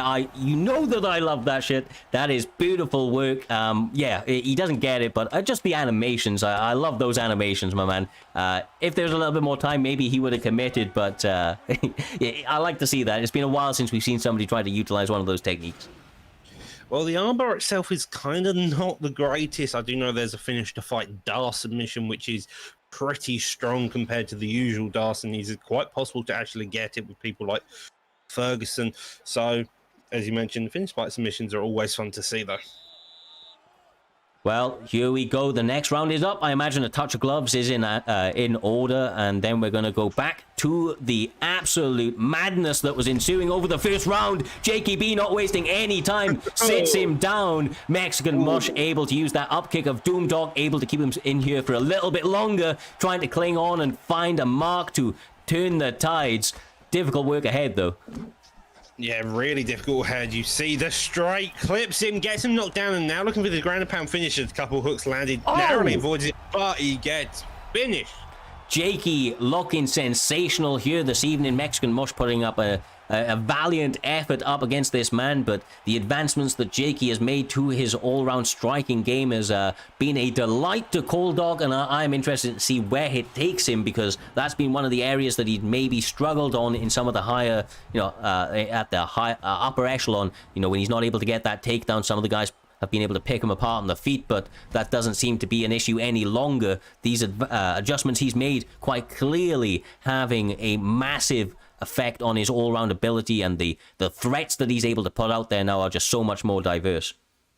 Yeah, indeed. I think ever since the Killer Jake fight, where he finished him in less than a round, if I'm not mistaken, is where Jakey's really progressed in that striking, and since then it's been striking match after striking match after striking clinic, and it's been a very interesting time to see Jake go from this grappler-based fighter to a striking-based striker. Yeah, exactly right, brother. Well, with that being said, we are now going to move on to the main card. Dog is going to jump out to the booth. We appreciate you covering the man himself in Mr. Humble Dink, who is finding himself stepping back in, ready to go ahead of his fight a little bit later on this evening. I hope you were able to catch those fights, my man. They were some really fun ones.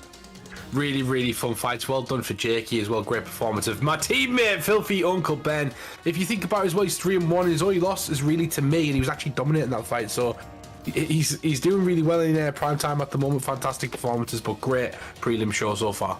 Yeah, exactly right, my man. Exactly right. That was a way to close them out. But up next, we are going to be having a little bit of a change from what you see on your screens right there. It is going to be FSK Jamie Bucks as advertised up against Lightweight, I believe his name is. I'm interested to see what he's able to do. He is a man that's said that he is ready for anybody, anytime, and is stepping up on short notice up against a dangerous man. Jamie Bucks is no slouch, Humble. I'm sure you know the name or have seen this man compete, and if you haven't, FSK, going before that name is surely enough to know that this man's got some skills. Yeah, 100% FSK. Flow State Kings, if I'm right? Flow State Kings, my man. Flow State Kings, that's right. So yeah, I'm starting to learn all the Xbox stuff their side and the guys there, and what a fantastic team they have over that side. But I do like watching Killer Jake fight as well. Sorry, not Killer Jake. Someone's jumped in, am I right? Is it Killer Jake? No, it's Jamie Bucks up against Lightweight. Sorry, yeah. Lightweight, that's why. So yeah, Lightweight's going to be jumping in to take that one. I'm going to be excited to see that one. Jamie Bucks, though, difficult guy to get past, and that's who I'm going to be looking out for in this one. But Lightweight as well has been around for a long time. This is going to be a very interesting fight. Yes, sir. I know that one of them currently is cutting the final pounds. He had eaten tiramisu a couple of days ago, and unfortunately that added a little bit too much weight to the body and is making him take a couple of extra seconds. But just while we wait for them to, kind of fully cut that weight and get into the cage, we're going to take a little bit of a forward look at the rest of the evening here, Humble. Up next after this bout, we're of course going to be having the absolute sensational entertainment-bound fighter in Great Mist taking on TMF's very own Noggin. These guys are going to put on one hell of a barn burner. It's impossible not to fight in a phone booth with somebody like Great Mist, Humble. You've seen it time and time again. This man pours on that pressure. This to me is whether or not Noggin's able to meet that or avoid it, because ultimately that pressure is coming his way. Yeah, 100%, and he's constantly in absolute wars, no matter what Great Mist. So it's going to be just like bang bang. You just got to weather the storm and kind of accept that that's going to happen and try and implement your own game plan against that. But Noggin will be ready for it. I believe Noggin's got a fantastic record at the moment in the PrimeTime division. I'm sure he's on he's 3-1, I believe, in the Xbox division. So this will be a big test for him. But if he gets past this one, he'll be fighting the top echelon of the Xbox. Not that he already isn't in Great Mist, but up there in the top 5, up there in the top 10. Those guys are absolute killers at the moment, and he's got a killer in front of him again as well. Yeah, this is a huge test for him, and if he's able to get past if he's able to get past him, that would be once again a massive feather in his cap. But with all of that being said, these two gentlemen are now ready to go. We are having Jamie Bucks up against Bullrog. Once again, I cannot wait for this bout. They are picking entertaining fighters as well. Bullrog is going he's going Bruce Lee, so Lightweight is very, very confident in his abilities and has to be careful because Jamie Bucks is no slouch, my man, and he's going Dustin. He is not taking this fight lightly.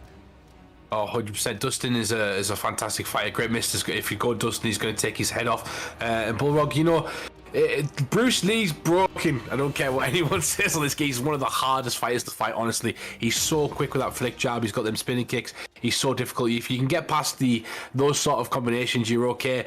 But it's so hard to do. It's such a difficult fight to go against.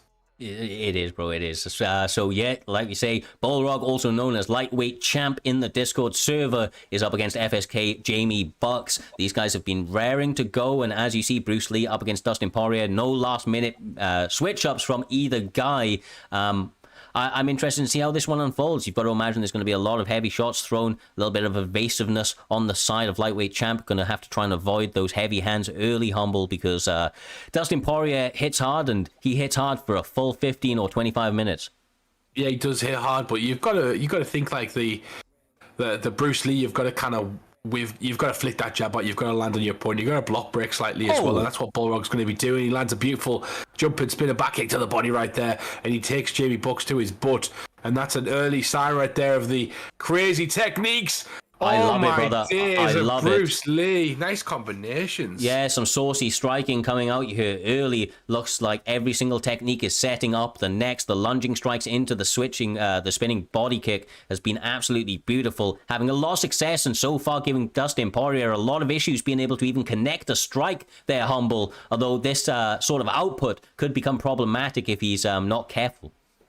Yeah, definitely could become problematic, but them flicky jabs as well. Beautiful work right now. You've got to kind of put that pressure on. If you're Poirier, you can't give him the space to kind of do that. But to put the pressure on, you've got to get around them double flicky jabs, and they are horrible to deal with. They're so nasty. If one doesn't catch you, the other one will, as you see right there. Yes, sir. Nice pull back. He's attempting to get a little bit tricky as Jamie, looking for those lead elbows, really, really trying to fire away. But we're seeing lightweight champ just continuing to commit to that jab, able to stop the takedown, which is a massive moment for me, especially at the midway of the first round. Going to give him a lot of success, Humble, as he continues to pepper with that jab. Yeah, 100%.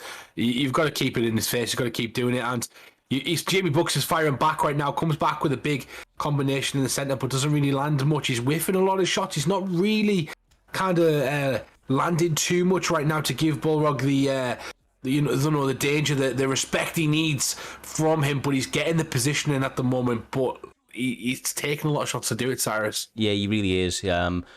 Like you say, especially with the way that this stands out. I mean, Dustin Poirier is going to be the more durable of the two fighters, but he doesn't want to take too much damage. And I have to say the lightweight champ has done a sensational job of making sure to have a large accumulative, damage from body to head to leg health over the course of this bout. Looked very, very clean. Although those are some nice combinations coming from Jamie Buck. Although I feel like. Do you not feel he's maybe taking pictures a little bit out here, Humble? He's throwing those combinations and then getting caught with the answer back. Just like that. Oh, it's going to be dangerous. He throws. Oh, he's going to get him. No, he didn't have enough energy. Jamie Bucks would be punching his chair right now. That was a position where he had maximum vulnerability and he wasn't able to capitalize due to the stamina disadvantage. Maybe something that lightweight champ knew, and the reason he threw that, if he did miss, he wasn't going to be in too much danger. Yeah, nice. Takedown right there from Jamie Bucks, and I think that this could be a good, good switch up for him if he decides to continue this into the second round.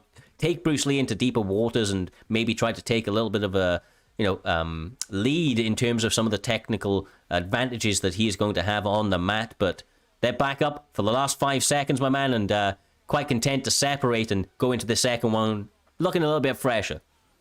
Yeah, I'd definitely try to implement a different strategy if I was the Dustin Poirier pick at the moment, and he needs to kind of come at this from a different approach, because that first round he clearly wasn't working for him, and the combination striking of lightweight champ, he knew what he was doing. He landed some beautiful combinations. He knew exactly when to throw the spinning kicks. He'd already set him up with lunging strikes to kind of put his head back, even though he whiffed one of those right there. He knew he wasn't going to be able to be counted as he lands a huge shot right there. Oh, wow.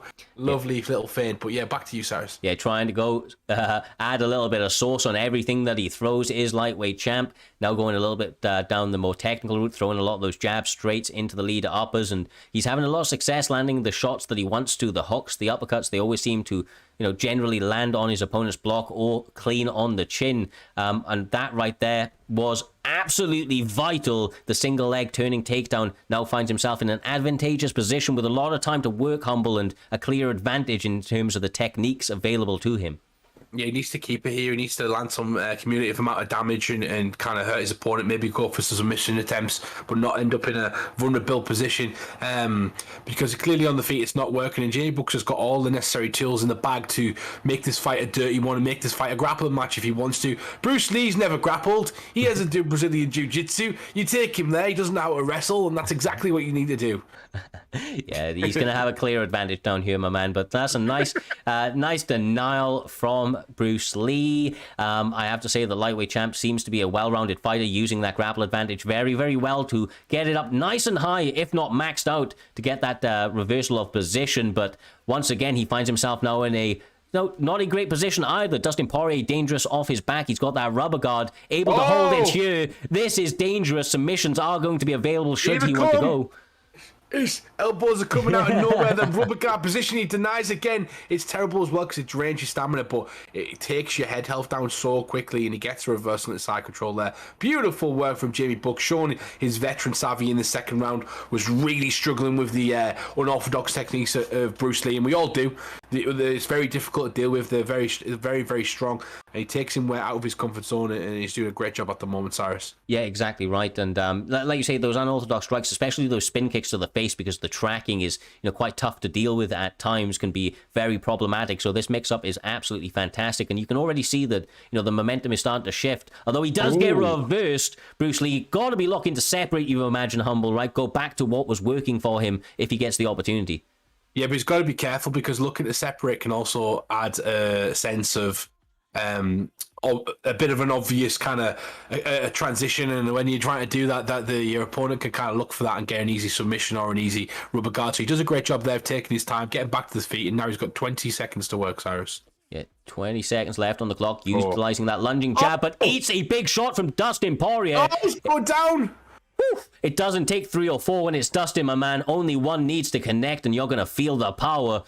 Combinations continue to come from Bruce Lee, but the stamina is waning heavily at the end of that second round. He's going to find it very difficult to continue to throw a lot of high-volume kicks out here, Humble, going into this third one, or you've got to imagine. Yeah, he managed to limit him to 14 significant strikes that round, which is really good from Jamie Bucks. He needs to continue that. As we know, this could be 1-1 going into the third round, and the third round usually dictates the fight. So this is up for grabs. It's 1-1 going into this one, in my opinion. But both guys have got it all to play for, and I believe Bullrog wants to keep it on the feet, and Jamie Bucks should try and take the fight down. It's as simple as that. Yeah, I couldn't agree more with that sentiment. Jamie Buck's no slouch on the feet. It's just he's had so much issues with it. Those unorthodox striking from Bullrog over the course of that first round or two, that the takedown gave him so much success. He needs to go back to it. The spin kick from lightweight champ, though, is just absolutely fantastic. He continues to have a success with it, and he's looking very clean going into this third round.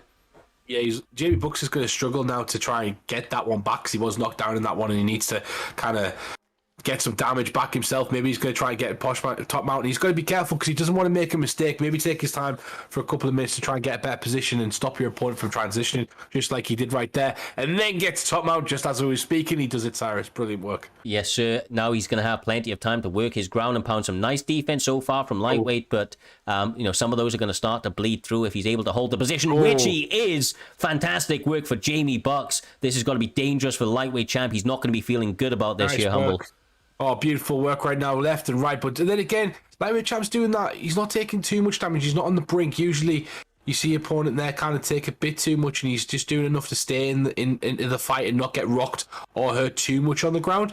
He just has to keep avoiding those positions because 2 minutes and 20 seconds to work is a lot of time, Cyrus. It's a lot of time. It really is. On the mat, it can feel like an absolute eternity, especially when your opponent's pounding away with ground and pound just like that. Each and every shot is going to make it a lot more difficult to get back into this fight or even work your way back to your feet, especially with somebody like Jamie Bucks, who is being educated about it and not exactly blowing that gas tank as he goes through.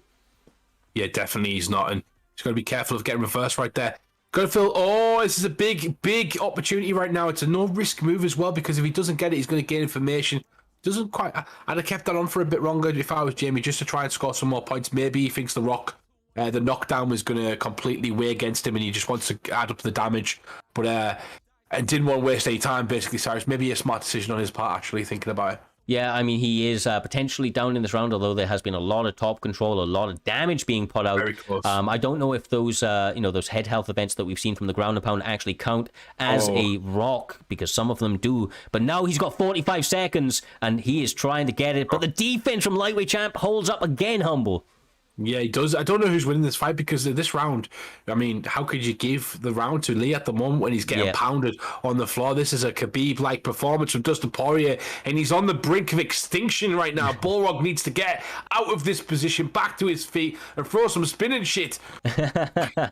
He's only got 5 seconds. I don't think that's going to be available, but one last couple of shots down for Dustin Poirier. Jamie Bucks, we saw in the little flash right there, actually gets the victory in this one.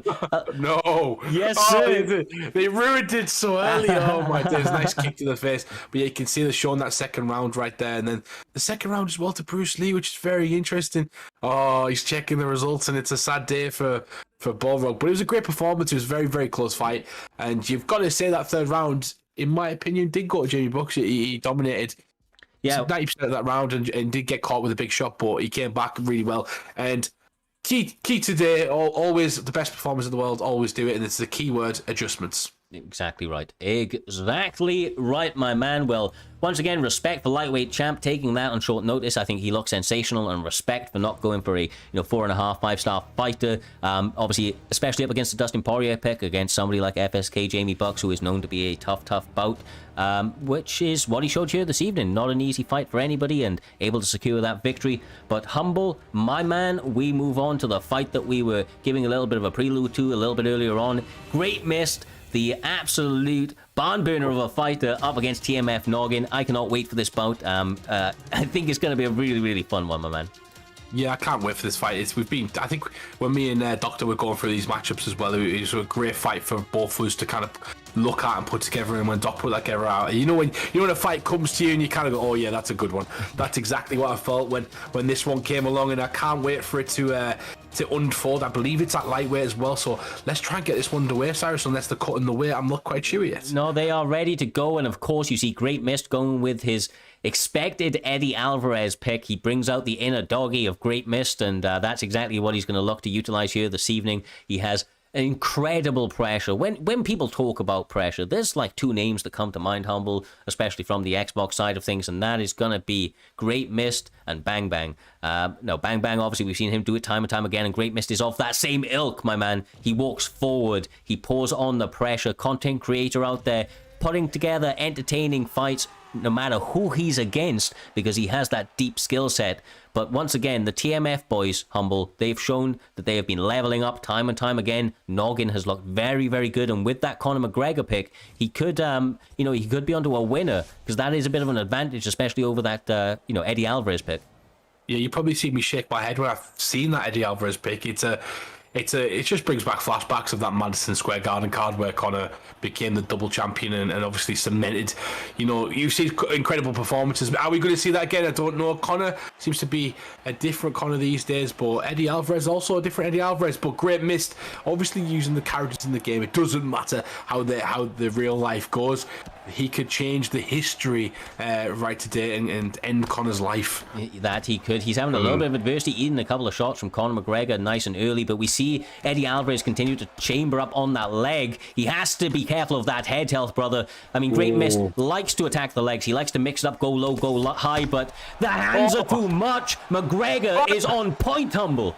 Yeah, McGregor's absolutely unloading right now. He looks to be in a great position, and Noggin is doing fantastic. He's going to try and go to Crucifix right now. Great Mist using some veteran savvy and going straight to an unexpected position because McGregor wasn't ready for that, and Noggin just didn't even try and block that one. Yeah, and a lot of people forget this about Great Mist. When he was competing back in the days of UFC 3 with us, this man was a grappler by trade.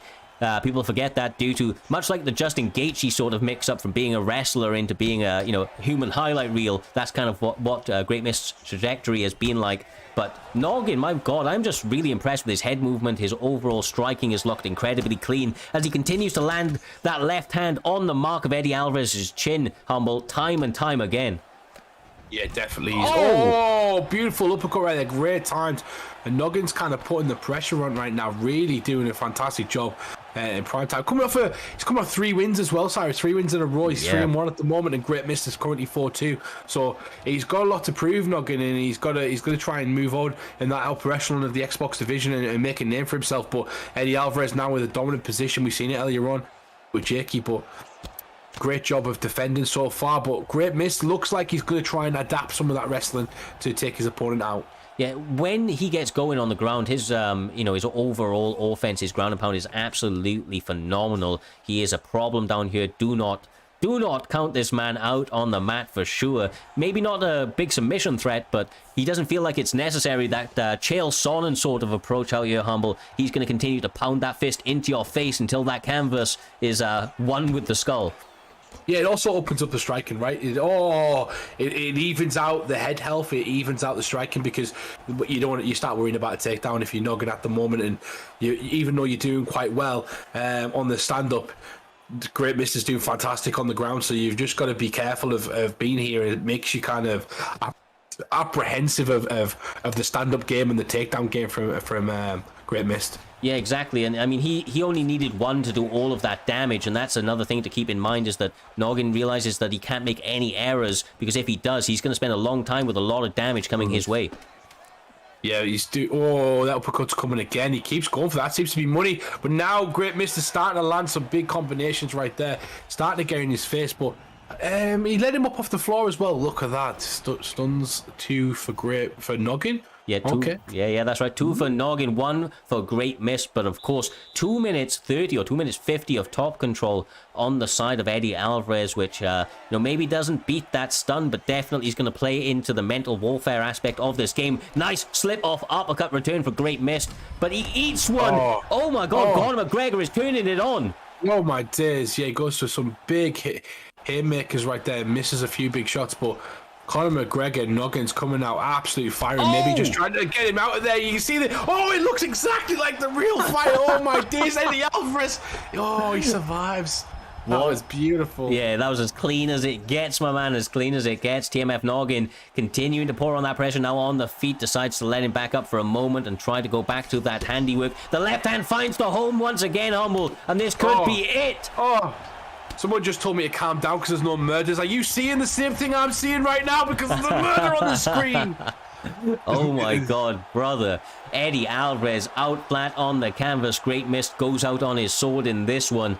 TMF Noggin living up to that TMF name, really putting it together here this evening. Clearly been making adjustments in his game, Humble, and once again that's able to get him the victory over a dangerous Great Mist. I mean, that kid is he is so hard to deal with for most people, and Noggin went out there and was able to find the answers.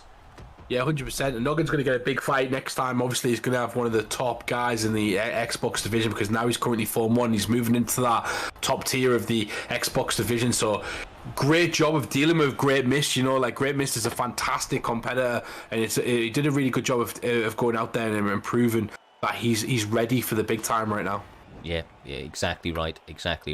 I'm interested to see where he goes from here. Like you said, some tough tests ahead of him, but if he's able to answer them in the fashion that he was able to, pass this test up against Great Mist here this evening, then he has a bright future ahead of him, and he could take that all the way to the top. I mean, I rate Great Mist very, very highly, and to get this done in the way that he did was an impressive feat, brother. But yeah. That does take us on to a PlayStation bout. I do believe two guys that I imagine you're going to be fairly familiar with. Purple Urkel up against Samurai Robin. What can you tell us about these guys? Oh, definitely. Samurai Robin, one of the ESFL competitors, one of the greatest competitors in the PlayStation division at the moment. He's top 5 in the ESFL, top 5 in pretty much every other organisation he's had, and he's kind of making slowly his climb up the rankings. Currently undefeated. He's taken on a veteran in Purple Urkel, and Purple Urkel knows this is his chance. It's his chance to put his name on the map and beat somebody with the caliber of Samurai Robin, and he's taking this with both hands. Speaking of both guys, they're both ready for it. Samurai Robin is never phased. Always a true competitor, as he does do Dutch kickboxing, and he's from Holland as well. So this guy's used to it. He knows what to do, and he uses that in the fighting game as well. He uses his knowledge of the fighting.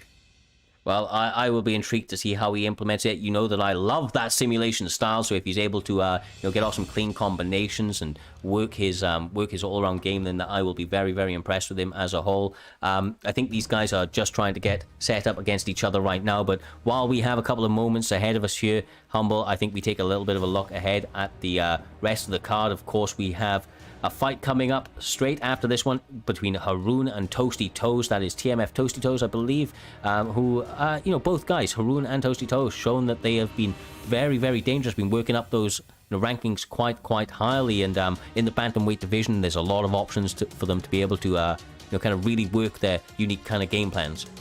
Yeah, I just got a message of Haroon, actually. He said, can you play the Kurt Angle theme tune as I walk out for my fight? So clearly a Kurt Angle fanboy, clearly ready for it. Messaging the commentators while he's on there watching the fights, ready to take on Toasty Toes. Excited for this one, poking fun. Very relaxed. Haroon is a very good competitor, and he's always up there in the top 10 of the Xbox. I don't think I've ever seen him not up there. So fantastic one. And then we look at the next fight after that, and it's a very interesting fight between Reaper and Kia Humble, which is myself, and I'm going to be trying to take Reaper's head off in that one. It is in the welterweight division. I think we're going to be giving you a Colby Covington versus Masvidal pick, so you're going to get to see the fight in actions, which is going to be great. But Spooky versus Gemini is coming up as well, which is always going to be a fantastic one, and it's a massive placement fight in the PlayStation division. And the main fight of this evening, Trixie versus Fadner. I cannot wait for that one, Cyrus. No, exactly right. I mean, it is a trilogy. It is a match that quite honestly needed to happen. Normally you don't see guys match up this often, right, Humble? But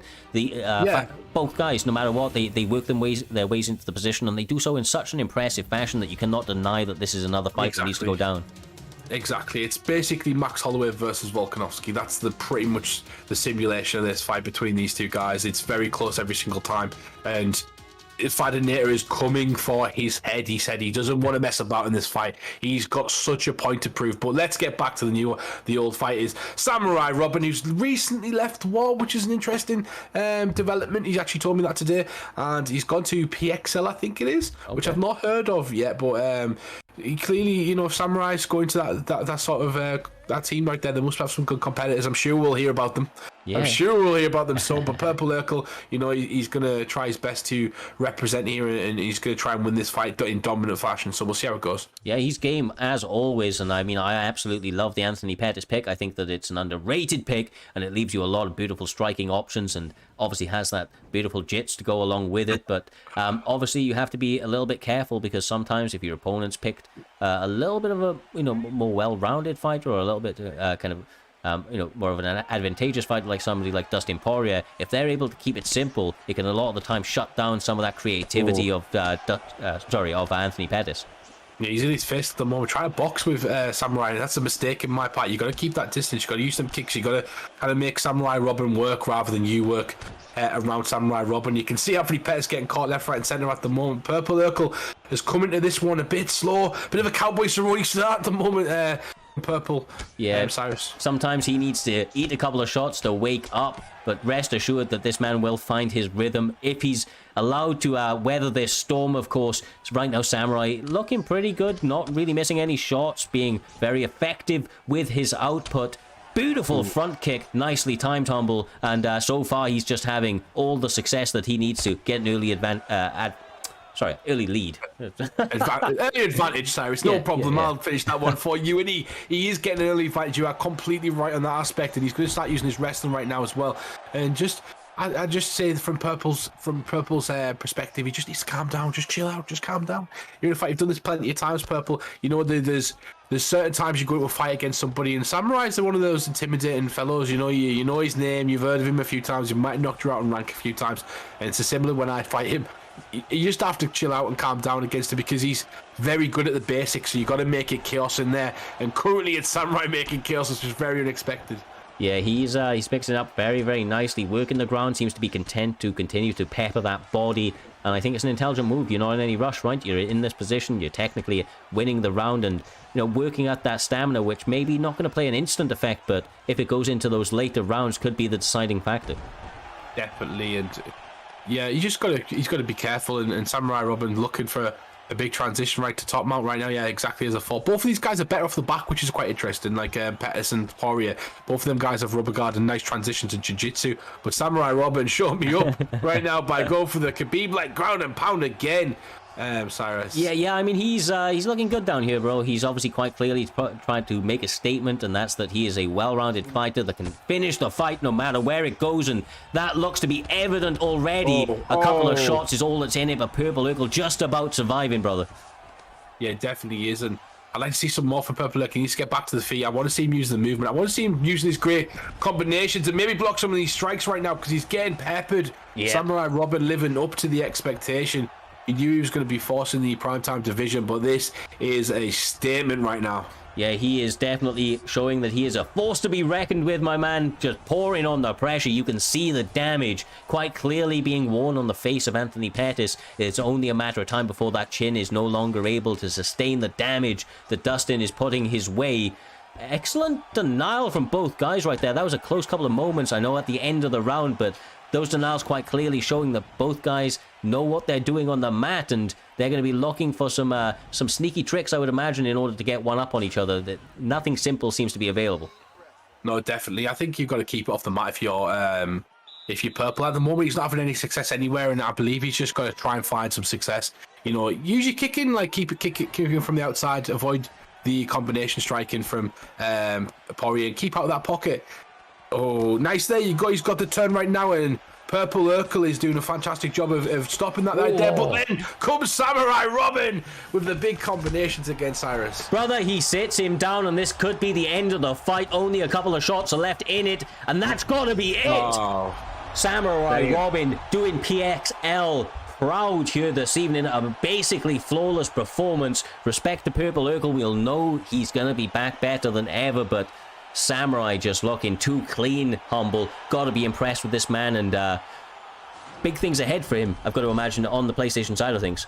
Yeah, he currently goes to 2-0 in the PlayStation side, which will push him into that. It'll push him into that picture of fighting some of the tougher competition, but he fights that all the time in his normal settings. So this is where he's expected himself to be, and where most people would expect him to be. And just Purple, no discredit to Purple in that fight, because he took on such a tough competitor within Samurai Robin. He knew the task was going to be hard up ahead, but he was up there and he tried his best in that one. But this is going to be the last fight for me. I believe we're going to switch over to Doctor if he's ready in the booth to switch over, because I'm going to go and prepare and get me hands wrapped for my fight against Reaper. The next fight up, I believe, is Haroon versus Toasty Toes. We did talk about it earlier on, Cyrus, but what a matchup that is. Yes, sir.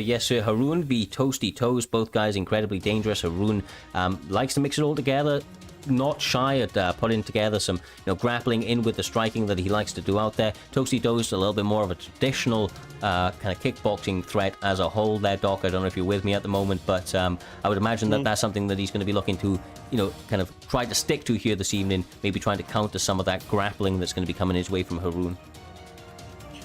Well, I would more deem Haroon to be a striker. I expect Toasty Toes to grapple from what I've seen. Oh, wow, okay. Toasty Toes is the more typical grappler. Haroon, on the other hand, is kind of notorious, or even McGregor, I find he has similar striking styles to, what's his name? Killer Jake. Or in fact, I could be wrong in saying that, and some people may have different takes, but that's personally my take on it all.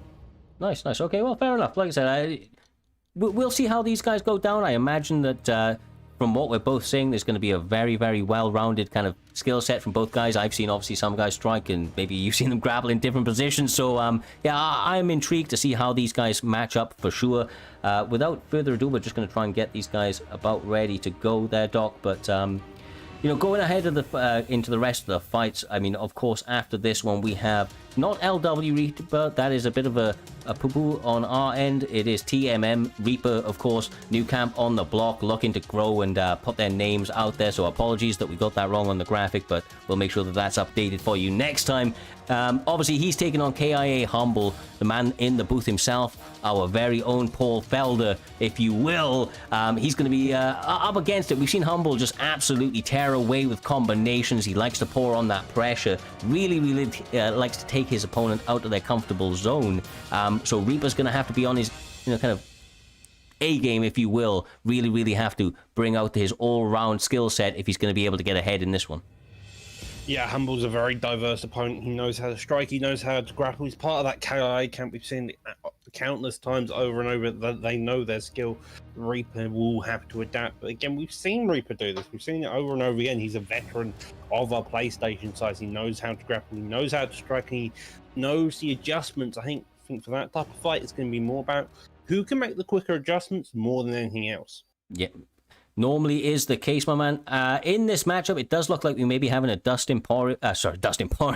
We've seen a couple of them. A Peter Yan mirror match, I should say. Hopefully they continue to remain in the different colored shorts. It's going to be a lot easier to separate the two, but you often see this pick down in this weight class, right, Doc? Because he's just such a threat down here. He's so well versed. His cardio, hangs on to the very, very end. Very fast, very strong, and an all-round threat. Yeah, Yan has his entire style. He has a beat trip, he has leg kicks, he has body kicks, he has switch kicks. He can kick your legs off, he can kick your head off, he can kick your legs off.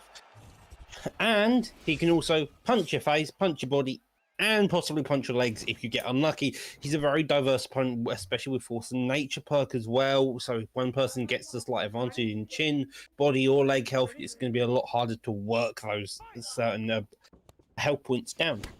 Exactly right, my man, exactly right. Well, they're starting out very quickly. A couple of knees to the body, working the jab behind it. On the right-hand side, we have Haroon with his name as John. And, of course, on the left, we have the very own Toasty Toes. obviously representing the TMF boys with a spin kick to the body. Is Haroon doing a good job of taking that center cage? Obviously, I imagine that Toasty Toast being aware of that is going to continue to try and circle out Doc. You don't want to be pressed up against the cage. You do not want to have your, kind of defensive ranges taken away from you. You have to have a lot of space to be able to move back into if you need to, especially against somebody like Peter Yan, who has a lot of power, to offer. Yan just has the entire ability to suddenly fluster you with boxing combos, a slip there, a straight there. Leader gets the drop already, goes into that side control. Now you see Haroon on top. Toasty really needs to recover quickly, gets the deny there, and a guillotine attempt to start off the main circus of the first round. Yeah, I mean, look, Haroon is a dangerous man. It looks like Toasty Toes' defense not exactly fantastic at this point, panicking a little bit, and that's allowed Haroon to get really, really back into this. Maybe it was a tactical play to reverse the position, but that could have been a mistake. He gets the top mount, and the squeeze is getting tighter and tighter. The escape may be just enough, Doc, but it is a close one, especially for that first attempt. It's a very close one. He ends up gassed now into half guard. I do enjoy the guillotine from Sprawl very much, just because it takes you out of that sprawl position. It's a very stagnant position, and the top mount's a lot better. Fakes the top mount, gets a couple elbows inside control. 2 minutes left on the clock, and so far, I take back my words on Haroon being a grappler. Evidently, he's been playing the grappling game recently, and he's no longer just a pure striker. Yeah, like I said, I know this guy's a well-rounded fighter. If he doesn't get his way on the feet, he's more than content to shoot those takedowns and work you on the mat or in the grappling exchanges on the feet. And he's doing a good job here this evening. Like I said, I would have thought that Toasty maybe has the slight edge on the feet and Haroon has the slight edge on the mat, and that may be what we're seeing here, although there is some good defense being shown by Toasty Toes. Getting that defense off, doesn't want to get flattened out, especially with Peter Yan on top of you. Those ground and pound opportunities will fly away. Ground and pound positions are difficult to come by. If he wants to do any type of damage, this is the position he wants. Just try get landed. However, you do risk getting a reversal. The stab chunking down there. Goes for the flip reversal, doesn't get it. And with 40 seconds left on the clock, I think Haroon can be quite safe in the matter. He can just be patient now. Yeah, I mean, you've got 30 seconds left in the round. You've done some nice work. Why would you throw it away? Continue to work that ground and pound if you can. Try not to risk getting reversed, because right now we're going to see Toasty Toes look for a big punish, or just separate. I mean, that could play to his favor, or maybe not, as Haroon continues to land some combinations. My God, Haroon's turning up with a bit of a point to prove tonight, Doc. He's not wasting any time getting those hands going. He really isn't. Within 2 minutes, he had a guillotine wrapped up, nearly got it, gassed out his opponent, and even back on the feet with less than 10 seconds left to go, he was looking to knock his head off. A knockdown there as well to include in the first round. The confidence of Toasty Toes is going to be severely diminished, probably going to the second round now. Yeah, you've got to imagine that that's the case. Haroon got some good work done on the feet, like you say, good work done on the mat, and kind of tested his opponent everywhere. Got to be liking what he's seen so far and his chances of winning. But obviously, we've seen it time and time again, Doc. You've got to continue to do what got you to the dance, so to speak. You can't underestimate your opponent and go a little bit too crazy just like that, because Toasty will find that counter and will change the entire kind of momentum of the bout. Spin kick there, goes to the last ditch attempt, a straight knocks him down. The takedown follows. So on the feet on hip position, goes to the stat guard, looking to rain some heavy damage, lands a couple of shots there. That's going to be very risky. Narrowly avoids getting out of it. Yeah, the one thing about Haroon, man, is he does a good job of continuing to maintain his stamina, but it's almost like he fights without thinking about that. Absolutely unleashing brutal combinations. You say a 3-piece and a soda. He says the entire bucket meal. Just continues to throw shot after shot, and now finds himself on top with 3 minutes 30 or so on the clock. Just an absolutely fantastic start to this round for him. He's got to be feeling really good about this one.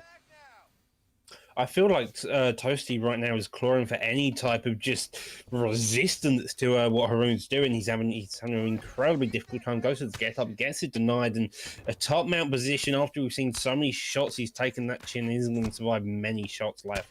No, good shots so far, but the defense was just about enough to allow his opponent to gas out a little bit and get himself into a full guard position, although I was going to say he's not out of the woods, but it looks like Haroon's decided to separate and go back to that boxing. Quite clearly feeling that 19-piece combination he threw a little bit earlier on. Lands another 5 of them, and now he's got his opponent injured and flattened out. Top mount, ground and pound. able to turn the lights out, Doc.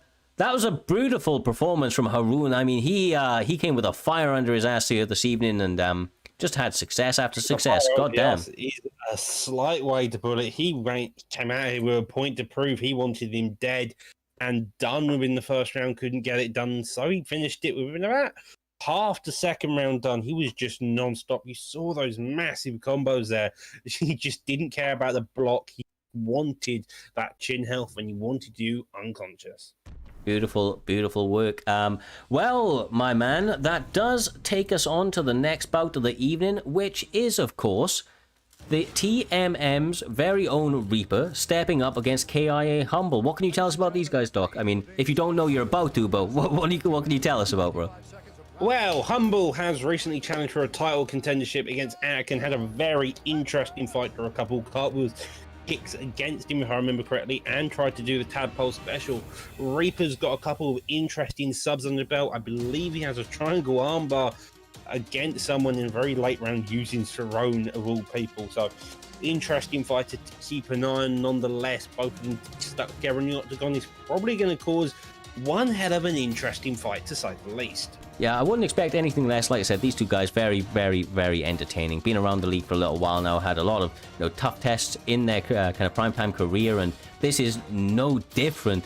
Both guys at the pinnacle of their talents. They've been running hot as of recently, like you said. Humble challenging for that belt. Reaper time after time showing that his ground game is one of the scariest on the PlayStation division, and of course has some hands to back it up. It is in welterweight, as Humble had mentioned a little bit earlier on, going to be Jorge Masvidal up against Colby Covington, playing into what we were saying there, Doc, that, a little bit of grappling maybe from the Reaper side of things, and of course KIA Humble's going to be looking to bring that fury when it comes to the Jorge Masvidal hands. Jorge Masvidal has some impressive hands. He's got some very good kicks as well in general. It's just an ability, but you can't dissuade that grappling. Masvidal, although he isn't a grappler as a base, he's got some decent ones to make it compatible, just in case you need it if you really do. It's not suggestible, but it's there if you need it. Exactly right, brother. Exactly right. Well, these guys are ready to go by the looks of things. 1-0 lead on the side of KIA Humble. Once again, that does not necessarily mean that that's who's going to be the favourite here this evening, but of course going to be at least a bit of a confidence boost for him there, Doc, as he's got the only victory between the two. Yeah, slight confidence boost, but we've talked about the confidence boost. Sometimes the confidence boost is good, sometimes it can be a bit of an issue. It just depends on how the cookie crumbles. With someone like Humble, I expect he's still going to go into this with a calm, collected manner and just hope he can get the win by skill, not necessarily over the fact he's got one win over him. Yeah, exactly right. I mean, look, Humble, he doesn't waste time, bro. He doesn't waste time. He knows that takedown threat is there, so he may be a little bit more reserved in the way that he decides to approach the striking, but I wouldn't be surprised if he decides to just let them go either, Doc. I mean, he doesn't waste time. He really doesn't. Those hands get active early, and sometimes that's his biggest strength, is able to catch his opponents cold before they really have time to warm up. And Reaper, settles into those fights. He's going to have to be careful, especially in that early going. Well, round one is the best round for Masvidal here, just purely based on the matchup. And round one is where you want to do the most damage, because past that, Kobe's recovery is going to kick in, that cardio is going to kick in, and it's going to be very difficult to make any leverage back if you do lose any within the very first round. Yeah, exactly right. Well, a bow from Reaper.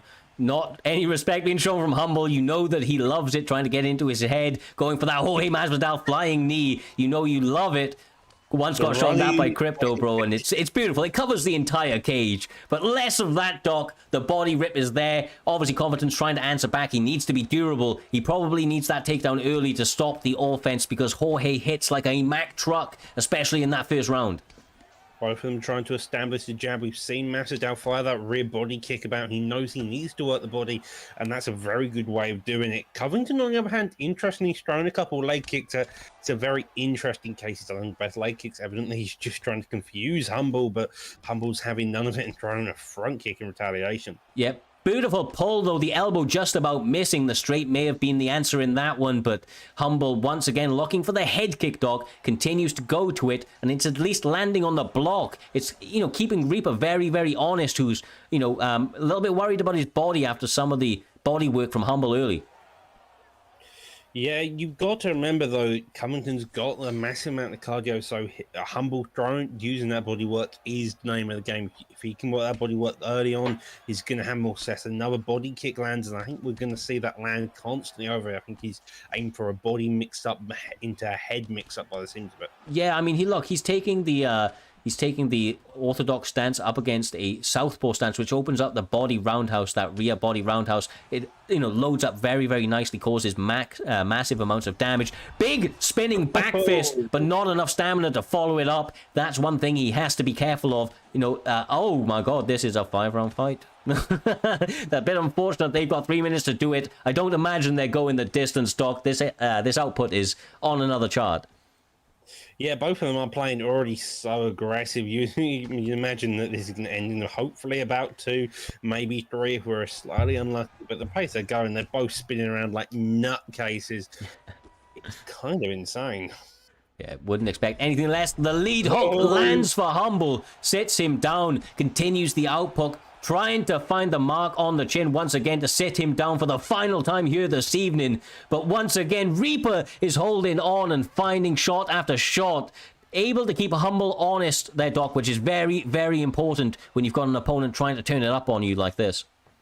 Yeah, both of them are just going at it. Even Covington, he's on the back foot, but he's making sure to always engage. If he's gonna play on the back throw, he feels like he needs to throw more. In fact, the head kick finally gets through. The body kick in retaliation by Covington. It seems like it's going to be more of a kickboxing match than it's going to be a striker versus a wrestler match.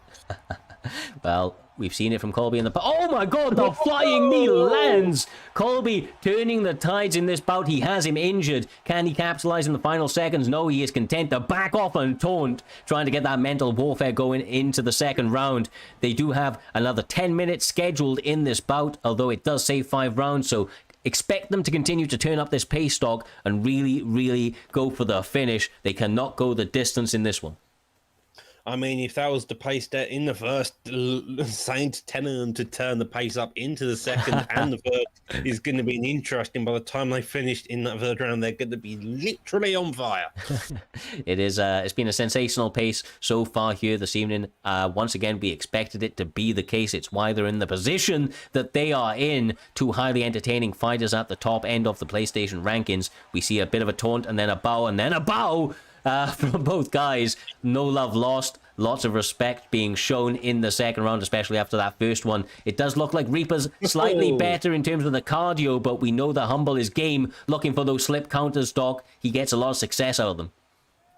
He's again putting him against the cage, just looking to explode at any moment's notice. Flying knee finally gets past the block. Lead hook hits his body, followed by that and a leg body kick. That's the one.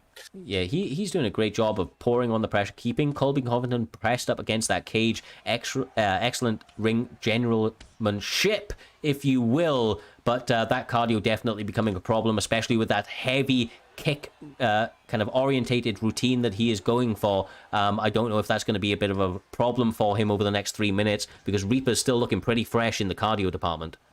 Yeah, Reaper is looking pretty fresh, and I feel like what's going to be Humble's main issue right now is that stamina, because Humble is he's thrown like a nutcase, and although it's working, it's doing damage, he won't be able to get the finish if he gasses out completely. Yeah, but maybe that's not a concern for him. The shot continues to land. He does not want to go for the finish. Knows how dangerous the grappling is. And he gets the flying knee. KIA Humble out of the booth into the fucking stars. He takes his opponent's head off with the knockout of the night. I've got to say, he can't, he completely takes what was done a little bit earlier on there. That was beautiful, Doctor. Absolutely beautiful to behold. That was beautiful. He just threw that knee. He wanted payback for Covington's flying knee earlier, and he did it cleanly. That's a hell of a way to finish a fight. It really is, bro. I'm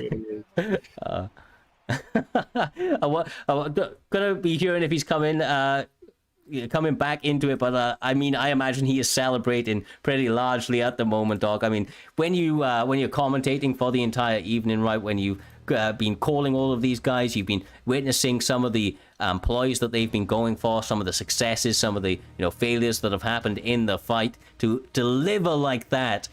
is just got to be uplifting beyond all belief. He's got to be feeling on top of the moon right now.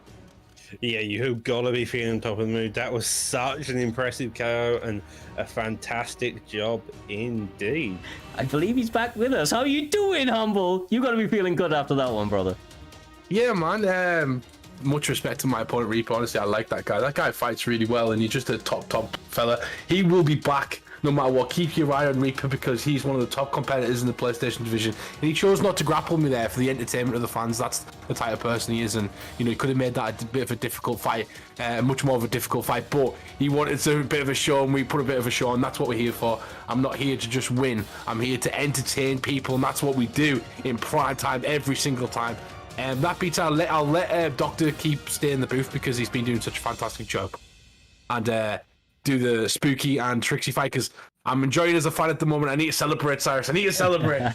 Not a problem at all, brother. You enjoy that victory. We will move on to the next one, of course. Like you said, it is our co-main event there, Doc. What can you tell us about this one, brother?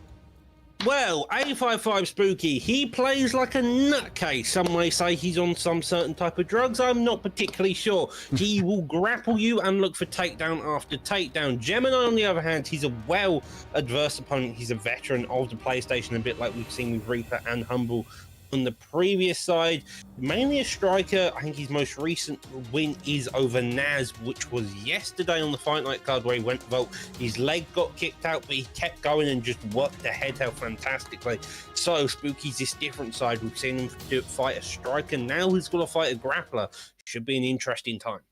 Yeah, well, without further ado, it looks like we're having Robert Whittaker on the side of A55 Spooky G up against Marvin Vittori on the side of LW Gemini MMA. Imagine there's going to be a lot of mix-up. Both guys have a lot of options available to them. Marvin Vittori, I imagine, has got to take the center in this fight, Doc. It's not really somebody you often see fighting off the back foot, whereas Robert Whittaker can really do it going both directions. Whittaker can do it mainly by words. Whittaker can do it in both directions purely because of his footwork. He's got the kicks to mess around. Vittori, as you mentioned, is a lot better pressuring because of the way he is. He's more boxing. He's more takedown heavy, which means if you're putting on the pressure, you're going to be shooting the takedowns. You're going to be able to shoot the takedowns easier, and that's sometimes the way it goes. Well, with a touch of gloves, we are away with the very first round. They are peppering that jab out there. Is A55 Spooky. Got to be careful of that front kick. Gemini aware that that takedown threat, of course, is going to be available. But with the Marvin pick, I imagine that he's not going to be dissuaded by, the takedown threat of somebody like Spooky. Probably looks to, maybe shoot a couple of takedowns of his own. You've got to imagine Marvin's got some good top control and some nice ground and pound. Well, it's interesting to note that Spooky has picked the typical striker. Gemini has picked the typical grappler. So my previous analysis may be wrong. Gemini gets a lovely uppercut into the lead hook. Doesn't sadly get anything from it, but that's still fairly early days, and you need to work down the head health a bit more. Yeah, I mean, look, I don't think that you were necessarily wrong, bro. We've seen the way that these guys have, fought up until this point, and we've seen Spooky G really hunt after that grappling side of things. But, obviously he's looking really clean on the feet here this evening and landing a lot of combinations. Has to be careful not to get drawn into too much of a brawl because it looks like Vittori has a little bit of a better management of his stamina and is really starting to catch his opponent in some nice moments, perfectly timing that knee right there. Well, another thing about it is if your stamina is lower than your opponent's when you're trying to grapple, it just makes life hard and isn't something you want to be doing. So if Vittori can just gas him out a bit, make sure his stamina is higher than his opponent's, he's going to have a lot easier time once it does hit the mat. Oh, lovely! Sleeps him, Spooky G. No look, that one ducks under the head kick, catches him with a rear hook, and my God, that guy's going to be feeling on top of the moon. For a guy that's known to take his opponent down and ground them out, he does it in a silky smooth fashion, looking for some of that source bonus. Not one here this evening, but if there was, he'd be on the cards, brother. Yeah, that was such a lovely job. Duck straight under the head kick. We saw the head kicks get thrown by both opponents. A lot of times he evidently read it and he just knew how to place that lead hook, sending Vittori crashing down onto the mat. Yeah, well, he will no longer be known as just a grappler. Kid's got hands, bro. Kid's got hands. I'll be interested to see where he goes from here. That, however, my brother, Doc, it does take us on to the main event of the evening. The fight that we've all been waiting for, of course, that is going to be between BFAP's very own Trixie, back in his original home, training with a shorter camp of absolute savages. He is going to be taking on FSK's very own Fadinator, who ex-champion, a very, very dominant fighter, and believes he's made the necessary adjustments to get his hand raised over Trixie, get that belt back, and get a little bit of revenge for some of the previous outings. Well, a quick rundown. Every time these two have fought in across any part of PT, this is kind of the main trilogy fight, but so far Trixie is up on him each time. But these two always have so incredibly close matches that you don't know who's winning until you've got a winner. It's a very interesting time. Yes, sir. Yes, sir. Well, without further ado, I believe these guys are ready. They are currently in the middleweight division, of course, and as the poster was suggesting at the top of the Discord banner in and of itself, these guys are actually going to Robert Whittaker mirror match here this evening, so there's going to be no advantages in terms of skills, techniques, speed, power, none of that stuff there, Doc. It's going to be very much down the line who's going to be the better fighter here this evening. The better fighter, the better Whittaker. It just depends who has the better start. We've seen Trixie fight, we've seen Fad fight, and you wouldn't really need any introduction in how they actually fight. You got Trixie now part of the BFAP, which is the only major difference. Fadinator part of the FSK, so you got two well-versed camps as well. Exactly right, brother. Exactly right. Well, here they are, readying up. Fadinator biting at the bit, and the champion shortly following. They're going into the cage. First round scheduled for 5.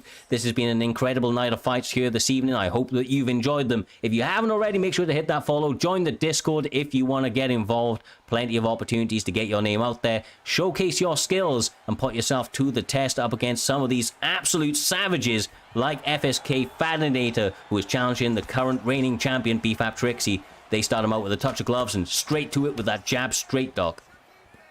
Both of them staying a fairly measured pace. Trixie in the blue gloves, Fad in the red, just to clarify. And now both of them engaging that straight already coming out to play. Side kick follows suit. It's a very slow, methodical pace, even if you've got a bit of pressure there.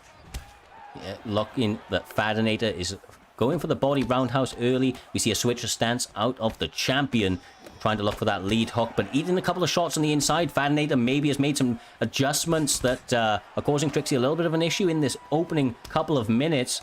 The champion, not exactly a man that's known not to make adjustments, though. He's continuously adapting his style out here, Doc, which is why he's one of the best in the business, although he is having some adversity in this very first round.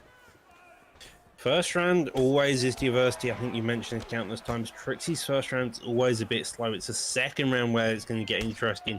I assume he doesn't want to go too far down though, and here we see both of them just playing this back and forth game. It's going to be pulling backwards and forth. Trixie now taking it down to the mat. Fadinator reading it, guesses neither. Low stamina by both Peanut, and they just separate. Yeah, like you said, oh my god, there you go. Now, these are the reads that make Trixie so dangerous when he starts to get a read on his opponent, anticipating some of those techniques coming his way. The counters are absolutely on point, and the mix-ups to the wrestling can always be a threat of his opponent as well. But I have to say, I'm impressed with the challenger so far. He's utilizing the jab very, very well. Cage cutting, Doc, as I continue to call to that over and over again. It allows his opponent to be pressed up against that cage for extended periods and makes that cage feel incredibly small. Cage cutting is the part. If you can control the distance, control how much room your opponent has, it makes them feel flustered, clustered, and they just they feel like they have to react in a lot of cases when they don't actually. But even then, when Trixie's against this cage, he's such a veteran in this game that he's very calm-tempered manager and knows when to engage. Exactly right, brother. Exactly right. Well, here it is. Catch of the kick. Trixie uses it to walk him up to the cage, into the spinning elbow into the chin. A minute 20 on the clock, and Fadinator, the challenger, has him hurt, trying to pour on the pressure. But once again, Doc, veteran move, decides to slow it down a little bit, doesn't want to empty the gas tank. 5 potentially on the cards, and he knows that he... Oh my god! Oh. Both of them already showcased now. You apparently only needed that 3-minute mark to really do it. 40 seconds left on the clock, and them are now starting to open up, get the stuns. The leg of Fadinator is already a bit hurt, so he's got to be wary of that as well. Yeah, once again though, Fadnator, bro, he is an entertaining fighter. He does not stop pushing that action. He knows that his opponent is dangerous. He knows that he's walking onto some danger, but he continues to try and push the pace and look for openings. And more often than not, he's come up trumps, although Trixie is starting to do that Mayweather sort of approach where he's made his reads and now he's starting to employ it and trying to punish Fadnator on some of the openings that he's identified. Yeah, you saw at the end of that first round, he got the couple of stuns, he made those reads. As soon as he got stunned himself, he came back, earned a stun, earned another stun, and now we enter into the second round. This is going to be kind of the make or break round, in my opinion, but it's all still to play for. Well, historically, this has been Trixie's best round. It's normally where he gets his finish. Most of his finishes come via round 2 knockout. Fadnator probably aware of that, and once again, I'll point to the fact that he doesn't seem to back up from a challenge. He is the one pushing the action. He's the one trying to get the damage off, and excellent defense of the takedown. He mainly used that takedown, in fact, just to reverse. Like, you saw how he circled out after the night. He just got the reverse position just so he had a bit more space to move. And that's a fantastic read by Trixie. Let's see what he's able to do. Nice side kick to the body, pushes him away. Uppercut lands for Fadnator. One returned for the champion. These guys trading bit for bit. But once again, as you see, Doc, the head health of Fadnator just slightly on the worst end of it. Up until right there, he sits him down. Slam there by Fadnator, and now it's deadly position. Side saddles, elbows rain hard. Back sitting is also a very delicate position to be in. Gets to deny though. More elbows rain down. He's got to be wary of that block if he gets a bit more hurt. But we are now in backside, and this ground and pound can be deadly if not maintained. Yeah, that's this is a dangerous spot for the champ. I mean, he gets sat down. Fadnator is a dangerous man on the mat himself. Obviously, he doesn't want to be under Trixie, but whilst he's in top control, he's going to be feeling very, very confident. Has a lot of time to work as well, Doc. 2 minutes 20 on the clock is, it's a silly amount of time to work, especially when you've got your opponent's back. Yeah, your opponent's back, and this is a deadly position. 2 minutes, as you mentioned. Someone like Fadnator is a lifetime to be up against, but Trixie's well versed in the ground. He's known as a grappler. That is a bit worrisome, though. That block is low, that head is low. On a couple more shots, and he would have been finished. This is my God. Scary. The champion reverses position, now gets himself into a half guard position, does Fadnator, but he is not out of the woods. He uses the advantage to take top mount, Doc, and now he is in an incredible position to get ground and pound going of his own. A bit of a heartache there suddenly, and now Fadnator is in a position where everybody's holding his breath. Trixie can get a reversal. I think he's going to go to side control now, rain down some elbows. Hopefully, he may have lost this round, but it's, what's that, 1-1 apiece, maybe? Yep. And that's, you got another 3 rounds to go. It's still all to play for. Well, I don't know about you, Doc, but I feel like Fadnator, he's always been a sensational fighter, but he has made some adjustments in this fight that's really, really keeping him in it. But, oh my God, the champion getting the ground and pound. It's such tough. I mean, he's clearly made adjustments. He's clearly made reads, but is it enough to get the victory over Trixie, who continues to get better, minute after minute in these fights? The longer he's in them, the better he generally does. So Fadnator needs to continue to evolve in this bout and look for, those narrowest of margins to squeak out that victory. Yeah, Fadnator so far looked a lot better than he has done in the previous ones, but as you mentioned, Trixie gets better as you go. We're now in the third round. Doesn't feel like it still feels like it's the first round, to be honest. And Fadnator put on this pressure again. The adjustments he had made is very clear, because normally by this point he would be normally struggling to maintain. The combos! Oh, Trixie is starting to feel it. He is turning it up. He has Fadnator hurt, and this might be it. A couple of shots is all it's going to take.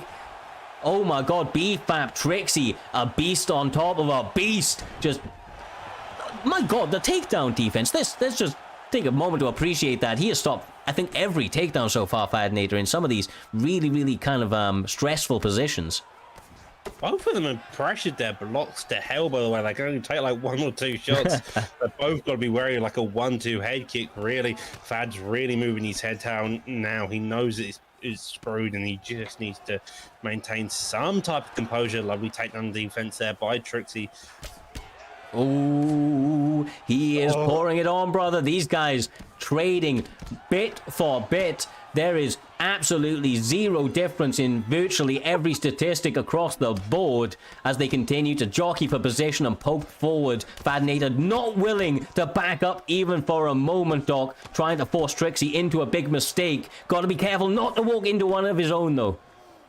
They are neck and neck. They are so close. Neither of them have really let off in terms of head health or body health. And I couldn't tell you who's winning the actual fight. All I can tell you is that Trixie's won the round due to the knockdown. He's up 2, but we've got 2 minutes left, and Fad could easily make a comeback. Oh, this is just like that, Doctor. Just like that, brother. That time he decides to go to the body whilst his opponent was rocked as well. That would be a very, very intelligent move if he decides to continue down that fashion. Put that money in the bank in such a close fight. Getting a stamina advantage going into those championship rounds may be the deciding factor in a bout that quite honestly could go either way at this stage. It's just that pressure by Fad. He stands there and he just constricts you. That uppercut is really worrying now, and Trixie's block is so low. That head health is blinking. Neither of them can trade straight right twice down the middle. 50 seconds left of round 3, and that's another knockdown the head movement. Keeps Trixie alive, and this is just tense. Edge of your seat type action. These guys, oh my god, he sits him down. The up kick of doom allows Fadinator to continue in this bout for a little longer. Oh my god, one shot is all it's going to take. Oh my god, Doctor. This is tense. Like, you know, both of them are so well. They both got fantastic records. Both of them are champs in their own right. If they weren't here together, they would both of them be champs and probably unchallenged for quite a while. But you've got this fight, and this is tense, incredible. Just Doc, there's a reason, right, that you don't get many trilogies. It's because a lot of the time one guy is just clearly better than the other. These guys are neck and neck every single step of the way, and they're proving it here, although that head health now starting to blink eternally for Fadinator. He cannot survive much longer, cannot take too many shots, needs that perfect slip and counter. oh, this is one scary fight. Are you not entertained? Two of Xbox very, very best, leaving it all out there here this evening. The champion trying to get the finish. Oh my god. How is Fad alive? That head moon barely surviving past it, spinning elbow there. Double jabs up, the straight follows the uppercut there. Just Fadinator. Head health is blinking non-stop. I feel like Trixie's finally got a bit of that whiff, bit of that just energy, major reads and body work as well included. Fadinator starting to gasp in the elbow there in retaliation. It's just a back and forth fight non-stop, Looney. Yeah, 3 minutes or just left in this fourth round, the first of 2 potential championship rounds. Swift Trixie sits him down, not able to get the ground and pound to follow up the up kick. Just once again, so well timed from Fadinator as he continues to press forward. My god, Doc, this guy is putting himself on a short list of people who only seem to know one way, and that is forward. Not many backsteps taken. As he gets sat down, Trixie trying to get the finish. Fucking Jesus, bro. Jesus. God. Yeah, like, at this point in time, you don't need commentary. You can just watch this fight and be tense. Finally he gets the knockdown when he gets the finish, and he does. That was an incredible bout. Early contender for Fight of the Year, and we're only on the 15th of January 2022. My goodness. These kids right here, they have a future ahead of them on this landscape of esporting UFC 4 action. Trixie once again able to get his hand raised, but Fadinator making adjustments in this one. I think every single person can agree there was a lot of support for him in the chat. He hit things he hadn't hit before, put Trixie into deeper waters than I think the previous matches. I mean, all credit to these competitors, Doc. They really, really knocked this main event out of the park. I think that every single one of us, myself, yourself, the viewers at home around the world should be ecstatic after that bout, brother. That was on another planet. That went 4 rounds, and it deserved every single one of those rounds. Every time Fabinator pushed forward non-stop. He was content. He was content with putting that pace on. And when you get to look at his stats, you can just see how much of a hectic fight it was. Yeah, no fear from Fadinator. Did not allow the previous matches to impact his performance in this one. Knew he could do better, and he did. Unfortunately for him, it not quite enough here this evening. Trixie continues that, to hold on to that title of the pound-for-pound GOAT on the side of our Xbox on Primetime MMA. But with that all being said, Doc, that does bring us to the end of the evening. We are going to be pushing a raid forward and showing some love to the community, so please join that raid, and obviously show some love when you hit up the channel that we're going into. Other than that, enjoy the fights later on this evening. Obviously, we've got Kat a fight later on up against Giga. Should be an incredible main event. Couple of last little things. We have just reached 1,000 members on our Discord, so thank you to each and every one of you. We will continue to put on these events. We have some exciting news coming up very, very soon. We'll have those announcements rolled out over the next couple of days, so make sure to have your notifications on. We appreciate each and every one of you. Have a nice night.